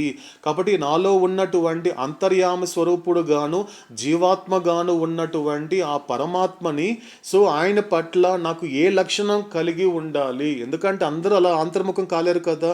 దానికి ఒక యోగ్యత ఉండాలి, దానికి కొన్ని లక్షణాలు ఉండాలి, దానికి ఒక ఎలిజిబిలిటీ ఉండాలి. అదేంటి ఆ ఎలిజిబిలిటీ అంటే కాన్షియస్ లాంగింగ్. నీకు తెలియాలి. నీకు ఒకటి ప్రపంచంలో ఒకటి కోరుకుంటున్నావు అంటే బాహ్యముఖంగా వెళ్తున్నప్పుడు నీకు ఏ క్లారిటీ ఉండదు. నీకు స్పష్టంగా తెలియాలంటే నువ్వు ఎందుకంటే అనేక సంవత్సరాల నుండి ఒక వస్తువు ఒక వ్యక్తి ఒక పరిస్థితి కోరుకున్నావు అంటే అవతడు అడుగుతాడు, ఎందుకు నీకు అది కోరుకుంటున్నావు, ఏబీసీ కావాలంటున్నావు కదా, ఎందుకు కావాలి నీకు అంటే మాత్రము బాబా అది ఉంటే నాకు హ్యాపీగా ఉంటాను, అది ఉంటే నేను సంతృప్తిగా ఉంటాను, అది ఉంటే నాకు ఎందుకో తెలియదు కాస్త సేఫ్గా ఉంటాను బాబా, సేఫ్టీ ఉంటుంది బాబా అన్నాడు. ఇంకా బాబా ఇంకా ఇంకా చాలా బాగుంటాను బాబా, ఇంకా ఇంకా ఇంకా చెప్పు, ఎందుకు కోరుకుంటున్నావు. ఎంత అడిగాడు అనుకోండి ఎవరు చెప్పలేరండి. బాగా అర్థం కావాలండి. ఏబీసీల పట్ల ప్రపంచంలో ఉన్నంత వరకు, ఈ యొక్క లోకోపాసనంలో ఉన్నంత వరకు నువ్వు ఏదైతే కోరుకుంటున్నావో అది ఎందుకు కోరుకుంటున్నావో నిజానికి నీకే తెలియదు. ఎందుకంటే అడిగేది సాక్షాత్ అవతాడు అడుగుతున్నాడు. నువ్వు ప్రపంచంలో వాళ్ళకి నువ్వు ఏదో మాట చెప్పొచ్చు తప్ప, కానీ అడిగేవాడు అక్కడ సాక్షాత్ అడుగుతాడు ఒకే మాట. ఎందుకురా నీకు అంత ఏబీసీలు అంటే అంత యావా, ఎందుకు అంత లంపట, ఎందుకు పట్టుకొని వేలాడుతున్నావు, ఎందుకురా ఏముందని అక్కడరా, ఏముంది అక్కడ, ఏదో సంస్కారాలు మిమ్మల్ని కలిపింది, ఆ ఎక్స్చేంజ్ జరుగుతోంది కాబట్టి అతనితో నువ్వు ఉన్నావు, నువ్వు అతనితో ఉన్నాడు, అంతే తప్ప ఎందుకు అంత యావా, ఎందుకు అంత లంపటము, ఎందుకు అది కోరుకొని ఎందుకు కోరుకుంటున్నావు, నాకు ఒక్క రీజన్ చెప్పు అంటాడు అవుతాడు. ఒక రీజన్ చెప్పు అంటే, లేదు బాబా ఇది ఇంతవరకు చెప్పినవన్నీ, హ్యాపీగా ఉంటాను, సంతృప్తిగా ఉంటాను, కాస్త సేఫ్గా ఉంటాను బాబా, సేఫ్టీ బాబా. ఇంకా అటు మాటలు అడిగేది పర్సనాఫికేషన్ ఆఫ్ ట్రూత్ అండి. సత్య సాక్షాత్కారుడు అలా దగ్గరుండి ఆ సత్య స్వరూపుడు అడుగుతున్నాడు ఆ మాట. నువ్వు ఆ సత్య స్వరూపుడికి అసత్యం చెప్తే ఆయన ఎలా ఒప్పుకుంటాడు? ఆయన ముందు ఏది చెప్పినా ఆయనకి నిజాలు చెప్పాలి, ఆయనకి హానెస్ట్గా సిన్సియర్గా చెప్పాలి. ఇవన్నీ చెప్తూ ఉంటే నీకే చెప్తావు బాబా నాకే తెలియదు బాబా అంటావు. బాగా అర్థం కావాలండి. నాకే తెలియదు, ఎందుకు కోరుకుంటున్నావు నాకే తెలియదు, రేపు అలా ఉండాలనుకుంటున్నాను అన్నాడే ఇన్ని సంవత్సరాల వరకు కూడా ఈ జీవుడు, సాక్షాత్ అవతాడు అడిగేసరికి మాత్రం ఎందుకు బాబా ఎందుకు కోరుకుంటున్నా నాకే తెలియదు. ఎస్, ఇది అన్కాన్షియస్ లాంగింగ్. నీ జీవితము నీకు తారుమారు అవడానికి, నీ జీవితం ఎట్టుపోతుంది తెలియకపోవడానికి కారణం ఏంటో తెలుసా? నీకున్న లక్షణం ఏదైతే ఉందో ఈ యొక్క అన్కాన్షియస్ లాంగింగ్, అంటే ఎరుక లేని తపన అనేటువంటిది, it belongs to the illusion, it belongs to the gross impressions. ఇదంతా దేనికి సంబంధించింది అంటే పెడదో పట్టిస్తోంది ఏది? భ్రాంతి, ఈ స్థూల సంస్కారాలు. ఆ భ్రాంతి అనేటువంటిది స్థూల సంస్కారాల చేత నిన్ను పెడదలో పట్టిస్తోంది. ఇది కావాలంటే నీకు, ఇది ఉంటే నువ్వు బతుకుతావు, ఇది లేకపోతే నువ్వు బతికే అవకాశం లేదు అనే డెడ్ లైన్ పెట్టేస్తోంది. ఎంత మూర్ఖంగా ఉన్నావురా నువ్వు అంటాడు అవుతాడు. కాబట్టి ప్రపంచంలో అన్నీ నీకున్నటువంటి కోరికలు, నీకున్నటువంటి ఆశలు, నీకున్నటువంటి ఇష్టాలు, ఇవన్నీ దేంతో వచ్చింది అంటే it is all from your unconscious longing, ఎరుక లేని తపన. కానీ డీపర్ రియాలిటీ అలా కాదు. లోపల ఉన్న అంతర్యామి పట్ల నీకు ఎలాంటి తపన ఉండాలో తెలుసా? Not unconscious longing but conscious longing. ఆయన ఎవరు అనేది నీకు స్పష్టంగా తెలిస్తే తప్ప ఆయన పట్ల ఎరుకతో కూడిన తపనతో నువ్వు ఉండలేవు. అందుకు స్పష్టంగా మాట అన్నాడు అవుతాడు. కాబట్టి ఉన్నది భగవంతుడు అంటే ఎవరు అంటే not only reality, deeper reality. అందుకే ఆయన సముద్రంతో పోలుస్తారు భగవంతుడిని. మెహర్ బాబా తనంతానే ఐఎమ్ లైక్ ఏ ఓషన్ అన్నాడు తప్ప ఆమె రివర్ అని అవుతాడు. నేను ఒక నది లాంటి వాడిని అని చెప్పలేదు అవుతాను, నేను ఒక ఓషియన్ని. ఓషన్ ఎలా ఉంటుంది? రెండు రకాలుగా ఎంజాయ్ చేయొచ్చు. బాగా అర్థం చేసుకోవాలండి. సముద్రాన్ని ఎంజాయ్ చేయాలంటే రెండు పద్ధతులు ఉన్నాయి. ఒకటి ఒడ్డున కూర్చొని సెల్ఫీ తీసుకొని ఎవరితోని వీడియో కాల్ మాట్లాడుకుంటూ ఎంజాయ్ చేయొచ్చు. రెండోది ఏంటో తెలుసా? దాంట్లో దూకి ఆ పూర్తిగా దాని లోతుల్లోకి వెళ్ళి ఎంజాయ్ చేయొచ్చు. మొదటి ఎంజాయ్ చేసేవాడు మోస్ట్ సోలు, రెండో రకంగా ఎంజాయ్ చేసేవాడు సమ్ నుంచి ఫ్యూకి వెళ్ళినవాడు. అంతే తేడానండి. ఇది చెప్తున్నాడు అవుతాడు. అంత గట్టిగా ప్రయత్నిస్తాడు అంటే అర్థం ఏంటి అక్కడ? ఎలా గట్టిగా ప్రయత్నిస్తాడు అంటే కేవలం ఈ లక్షణం ఉండాలండి. నువ్వు అవతారుడిని కోరుకుంటున్నావు, అవతారుడి మాట వినాలి, అవతారుని నమ్ముకున్నాను, అవతారుడి పట్ల విశ్వాసం కలిగి ఉండాలి అంటే నీకు తెలియాలి. ఇప్పుడు ఫర్ ఎగ్జాంపుల్ ఎవరైనా నువ్వు మెహర్ బాబాని భగవంతుడిగా నమ్ముతున్నావా అంటే సర్వసాధారణంగా ఎలా ఉంటుందండి ప్రపంచంలో? మామూలుగా ఏం చెప్తాడు? నేను నమ్ముతున్నానండి భగవంతుడిని, మెహర్ బాబాని భగవంతుడిగా నమ్ముతున్నాను అంటారు. కానీ నాకు నా లైఫ్లో ఒక విప్లవాత్మకమైనటువంటి మాట, ఒక రెవల్యూషన్ స్టేట్మెంట్ నాకు అన్నమయ్య ఇచ్చేంత వరకు నాకు అర్థం కాలేదు. ఎందుకంటే ఇలా ఎవరు అడగలేదు, నన్నైతే ఎవరు అడగలేదండి. మిగతా వాళ్ళ సంగతి నాకు తెలియదు, కానీ నా వరకు ఎవరు అడగలేదు. ఏమన్నారు ఎవరైనా కూడా, ఓ హరిప్రసాద్ నువ్వు అవతార్ మెహర్ బాబాని భగవంతుడిగా నమ్ముతున్నావు అన్నప్పుడు నేనేం చేశాను? అప్పటి వరకు కూడా తెలియక అన్కాన్షియస్గా ఆ స్టేట్మెంట్ వెనక అంత గొప్ప అంతరార్థం ఉందని నాకు తెలియదు. ఏం చెప్పాను, అలా తల అడ్డంగా ఊపేవాడిని. ఎస్, అది కూడా నాకు తెలియదు కాబట్టి. కానీ అన్నమయ్య దగ్గరకు వచ్చేసరికి మాత్రము అన్నమయ్యతో మెహరోపాసనం చేస్తూ ఉంటే అన్నం అడిగిన స్టేట్మెంట్ ఏంటి అన్నప్పుడు, ఓ హరిప్రసాదు, నీ మనస్సు మెహర్ బాబాని భగవంతుడిగా నమ్ముతోందా? నీ మనసు నమ్మిందా? ఎందుకు నువ్వు నమ్మడం కాదు, నువ్వంటే ఎవరు? దేహం. హరిప్రసాద్ అంటే దేహమే కదా.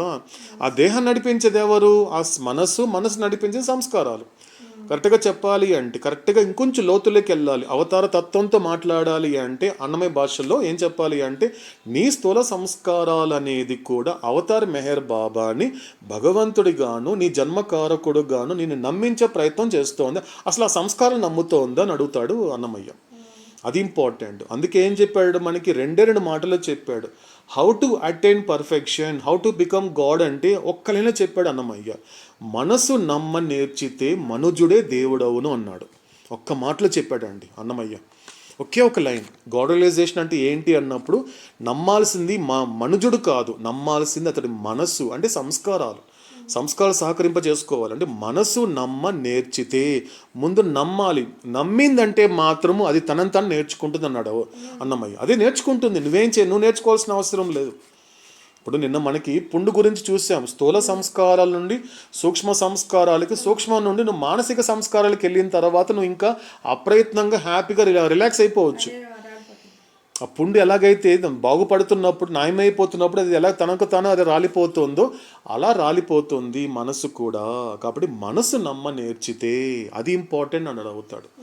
కాబట్టి ఇదంతా దేనికి సంబంధించింది అన్నప్పుడు ఇదంతా కాన్షియస్ లాంగింగ్కి సంబంధించింది. కాబట్టి నీకు తెలియాలి.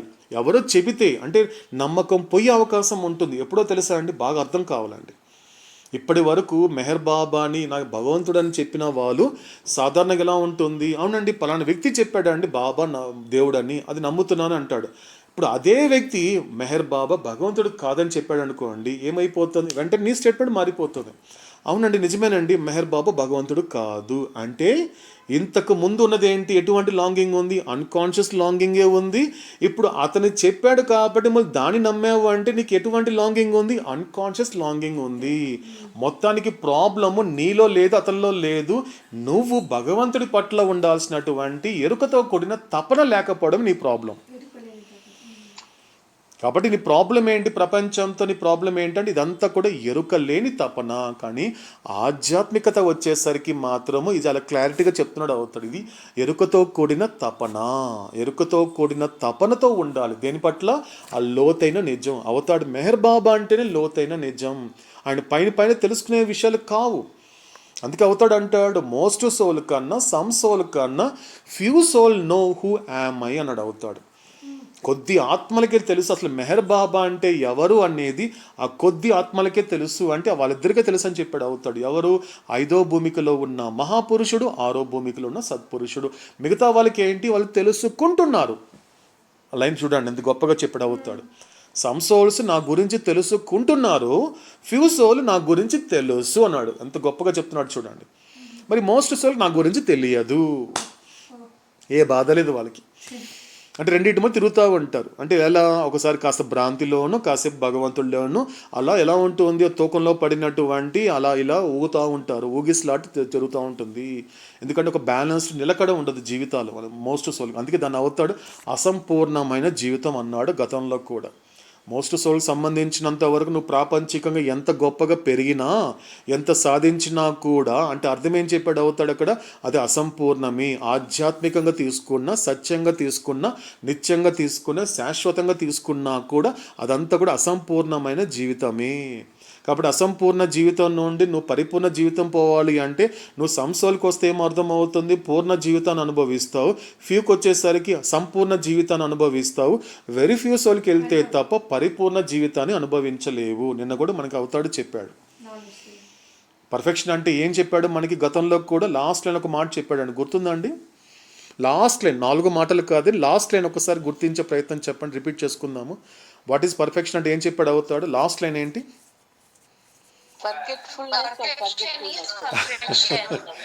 Yes correct. Forgetfulness of the forgetfulness. నేను మర్చిపోవడానికి కూడా మర్చిపోతాడే, అది పరిపూర్ణత్వం అని. ఎంత గొప్ప మాట చూడండి. మిగతా మర్చిపోవడం కాదు, నేను మర్చిపోయానన్న విషయం కూడా మర్చిపోతాడే, అది పరిపూర్ణత్వము, అది నిజమైనటువంటి జీవిత గమ్యం అని మనకు అవుతాడు చెప్తున్నాడు.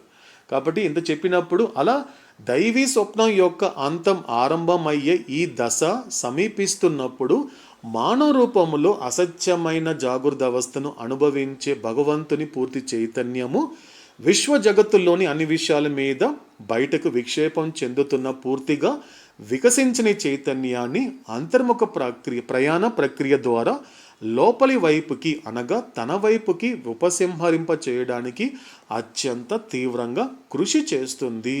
అంటే అక్కడ ఏంటి, ఇక్కడ పూర్తిగా ఇది కంప్లీట్గా అంతర్ముఖంలో ఇక్కడ అవుతాడు. మోస్ట్ సోల్ నుండి ఏ విధంగా సంసోల్ అవుతాడు ఒక్కొక్కటిగా. అంటే అర్థం ఏంటి, దివ్య స్వప్నం అంటే మళ్ళీ ఇక్కడ ఏం చెప్తున్నాడు, అవుతాడు పూర్తిగా అంటే మళ్ళీ ఆ జర్నీలో సంసోల్ ఫ్యూసోల్ ఉన్నటువంటి అవస్థలో అదంతా ఏం జరుగుతోంది అక్కడ, అవన్నీ అంతం ఆరంభమయ్యే ఈ దశ సమీపిస్తున్నప్పుడు. అంటే అర్థం ఏంటి, అవస్థాత్రయం నుండి ఎప్పుడైతే తురి అవస్థకి నువ్వు దగ్గర అవుతున్నప్పుడు మానవ రూపంలో అసత్యమైన జాగృత అవస్థను అనుభవించే, అంటే దేని అనుభవిస్తున్నావు, ఇదంతా కూడా అసత్యమే కదా.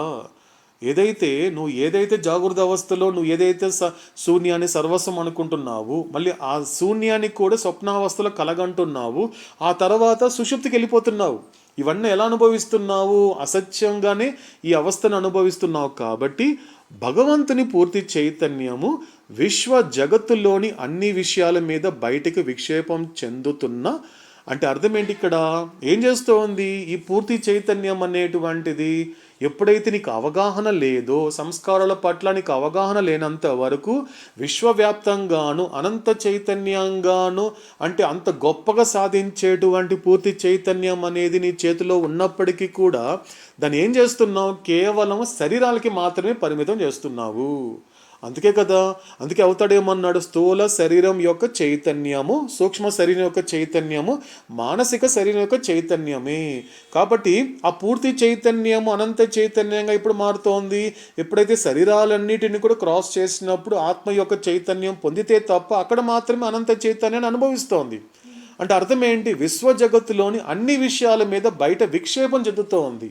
అంటే బయట బహిర్ముఖం అవుతోంది ఈ పూర్తి చైతన్యం. అంటే బహిర్ముఖం అవుతున్నంతసేపు అది దేహాలకి పరిమితం అవుతోంది తప్ప అనంత చైతన్యాన్ని పొందలేకపోతోంది. కాబట్టి పూర్తిగా వికసించిన ఈ చైతన్యాన్ని అంతర్ముఖ ప్రక్రియ ద్వారా ఏం చేయాలి, ఇప్పుడు బహిర్ముఖం అవుతున్నావు అంటే అర్థం ఏంటి, ఏ కథలో బ్లాక్ అయిపోయావు నువ్వు, జరుగుతున్న ఇప్పటి నా కథలో బ్లాక్ అయిపోయావు, అంటే పునర్జన్మలోనే బ్లాక్ అయిపోయావు. కానీ ఆ స్థితికి వెళ్ళాలి, ఆ దివ్య గమ్యాన్ని చేరాలి అంటే ఈ చైతన్యం అనేది ఏదైతే ఉందో, అంటే ఈ యొక్క పూర్తి చైతన్యం ఏదైతే ఉందో ఏ ప్రక్రియ ద్వారా లోపలికి వెళ్ళాలి అంటే అంతర్ముఖ ప్రయాణం ద్వారా మాత్రమే. అంతర్ముఖ ప్రయాణం ద్వారా లోపలి వైపునకు, అంటే తన వైపుకు ఉపసంహరింప చేయడానికి అత్యంత తీవ్రంగా కృషి చేస్తుంది అన్నాడు అవుతాడు. కాబట్టి ఈ విధంగా మనకి అవుతాడు అంతర్ముఖ ప్రయాణం అనేటువంటిది ఇంకా మరింత అందంగా అవుతాడు. మరి మనకి రేపు భవిష్యత్తులో రేపు చెప్పబోయేటువంటి మెహరోపాసనలో కూడా ఆ మాటల్ని, అటువంటి అందమైన మాటల్ని, అత్యద్భుతమైన తరింపచేసే మాటల్ని మరొక మెహరోపాసనంలో శ్రద్ధగా ఆలకించే ప్రయత్నం చేద్దాం. శాశ్వత ప్రీతమ అవతార్ మెహర్ బాబా కీ జై. ఓకేనండి, సో ఏదైనా క్లారిఫికేషన్స్ ఉన్నాయండి?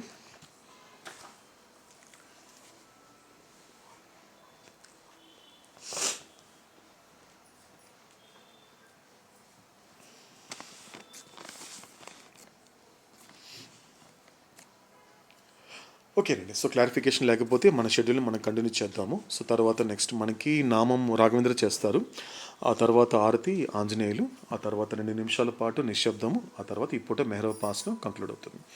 శాశ్వత ప్రీతమ అవతార్ మెహర్ బాబా కీ జై. శాశ్వత ప్రీతమ అవతార్ మెహర్ బాబా కీ జై. సచ్చిదానంద పరమానంద మెహర్ బాబా విద్యానంద సచ్చిదానంద పరమానంద మేరు బాబా విజ్ఞానం సచ్చిదానంద పరమానంద మేరు బాబా విజ్ఞానం సచ్చిదానంద పరమానంద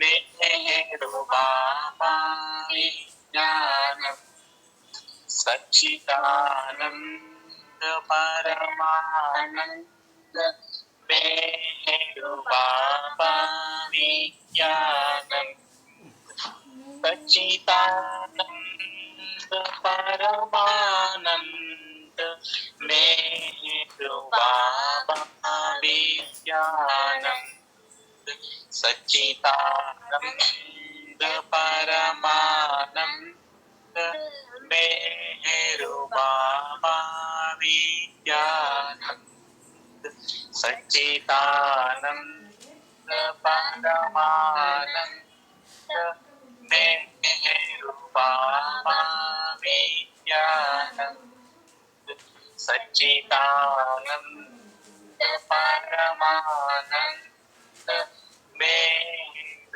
బాబా విజ్ఞానం సచ్చిదానంద పరమానంద మేరు బాబా విజ్ఞానం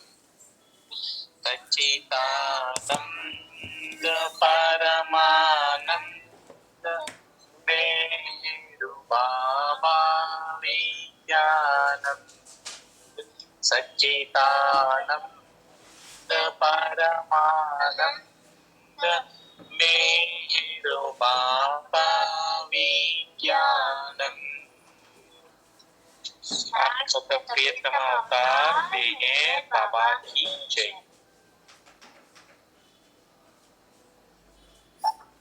शाश्वत प्रियतम अवतार मेहर बाबा की जय। मन सुहारती दे मन सुहारती दे मन सुहारती दे महिमान्वित मंगल चरणा मेहर बाबा प्रेममय నీవే మాకు సర్వమయ మనసు హారతిదే మనసు హారతిదే మనసు హారతిదే మహిమాన్విత మంగళ చరణ మేహరు బాబా ప్రేమమయ నీవే మాకు సర్వమయ శ్రీకరమౌని సుందర రూపం శుభకరమౌ ఆనంద స్వరూపం విమల దయా గుణ ప్రేమ స్వరూపం నిరుపమ తేజో విలసిత సత్య స్వరూపం మనసు హారతిదే మనసు హారతిదే మనసు హారతిదే మహిమాన్విత మంగళ చరణ మేహరు బాబా ప్రేమమయ నీవే మాకు సర్వమయ నీ సేవే పరము నిన్ను సేవించే జన్మే ధన్యం నీ చరణమూలే శరణం శరణం జీవిత పరమావధిని సన్నిధి కాదా మనసు హారతిదే మనసు హారతిదే మనసు హారతిదే మహిమాన్విత మంగళ చరణ మేహరు బాబా ప్రేమమయ నీవే మాకు సర్వమయ మానస చోరా మదిగై కోరా శాశ్వత మౌని దరిరా నీరా అంజలితోని మా మనసులు నీకు హారతి చేశాము మౌన స్వరూప మనసు హారతిదే మనసు హారతిదే మనసు హారతి దే మహిమాన్విత మంగళ చరణ మేరు బాబా ప్రేమమయా నీవే మాకు సర్వమయా శాశ్వత ప్రియతమ అవతార్ మెహర్ బాబా కీ జై. ఇప్పుడు 2 నిమిషాల పాటు నిశ్శబ్దం పాటిద్దాం. శాశ్వత ప్రీతమ అవతార్ మెహర్ బాబా కీ జై.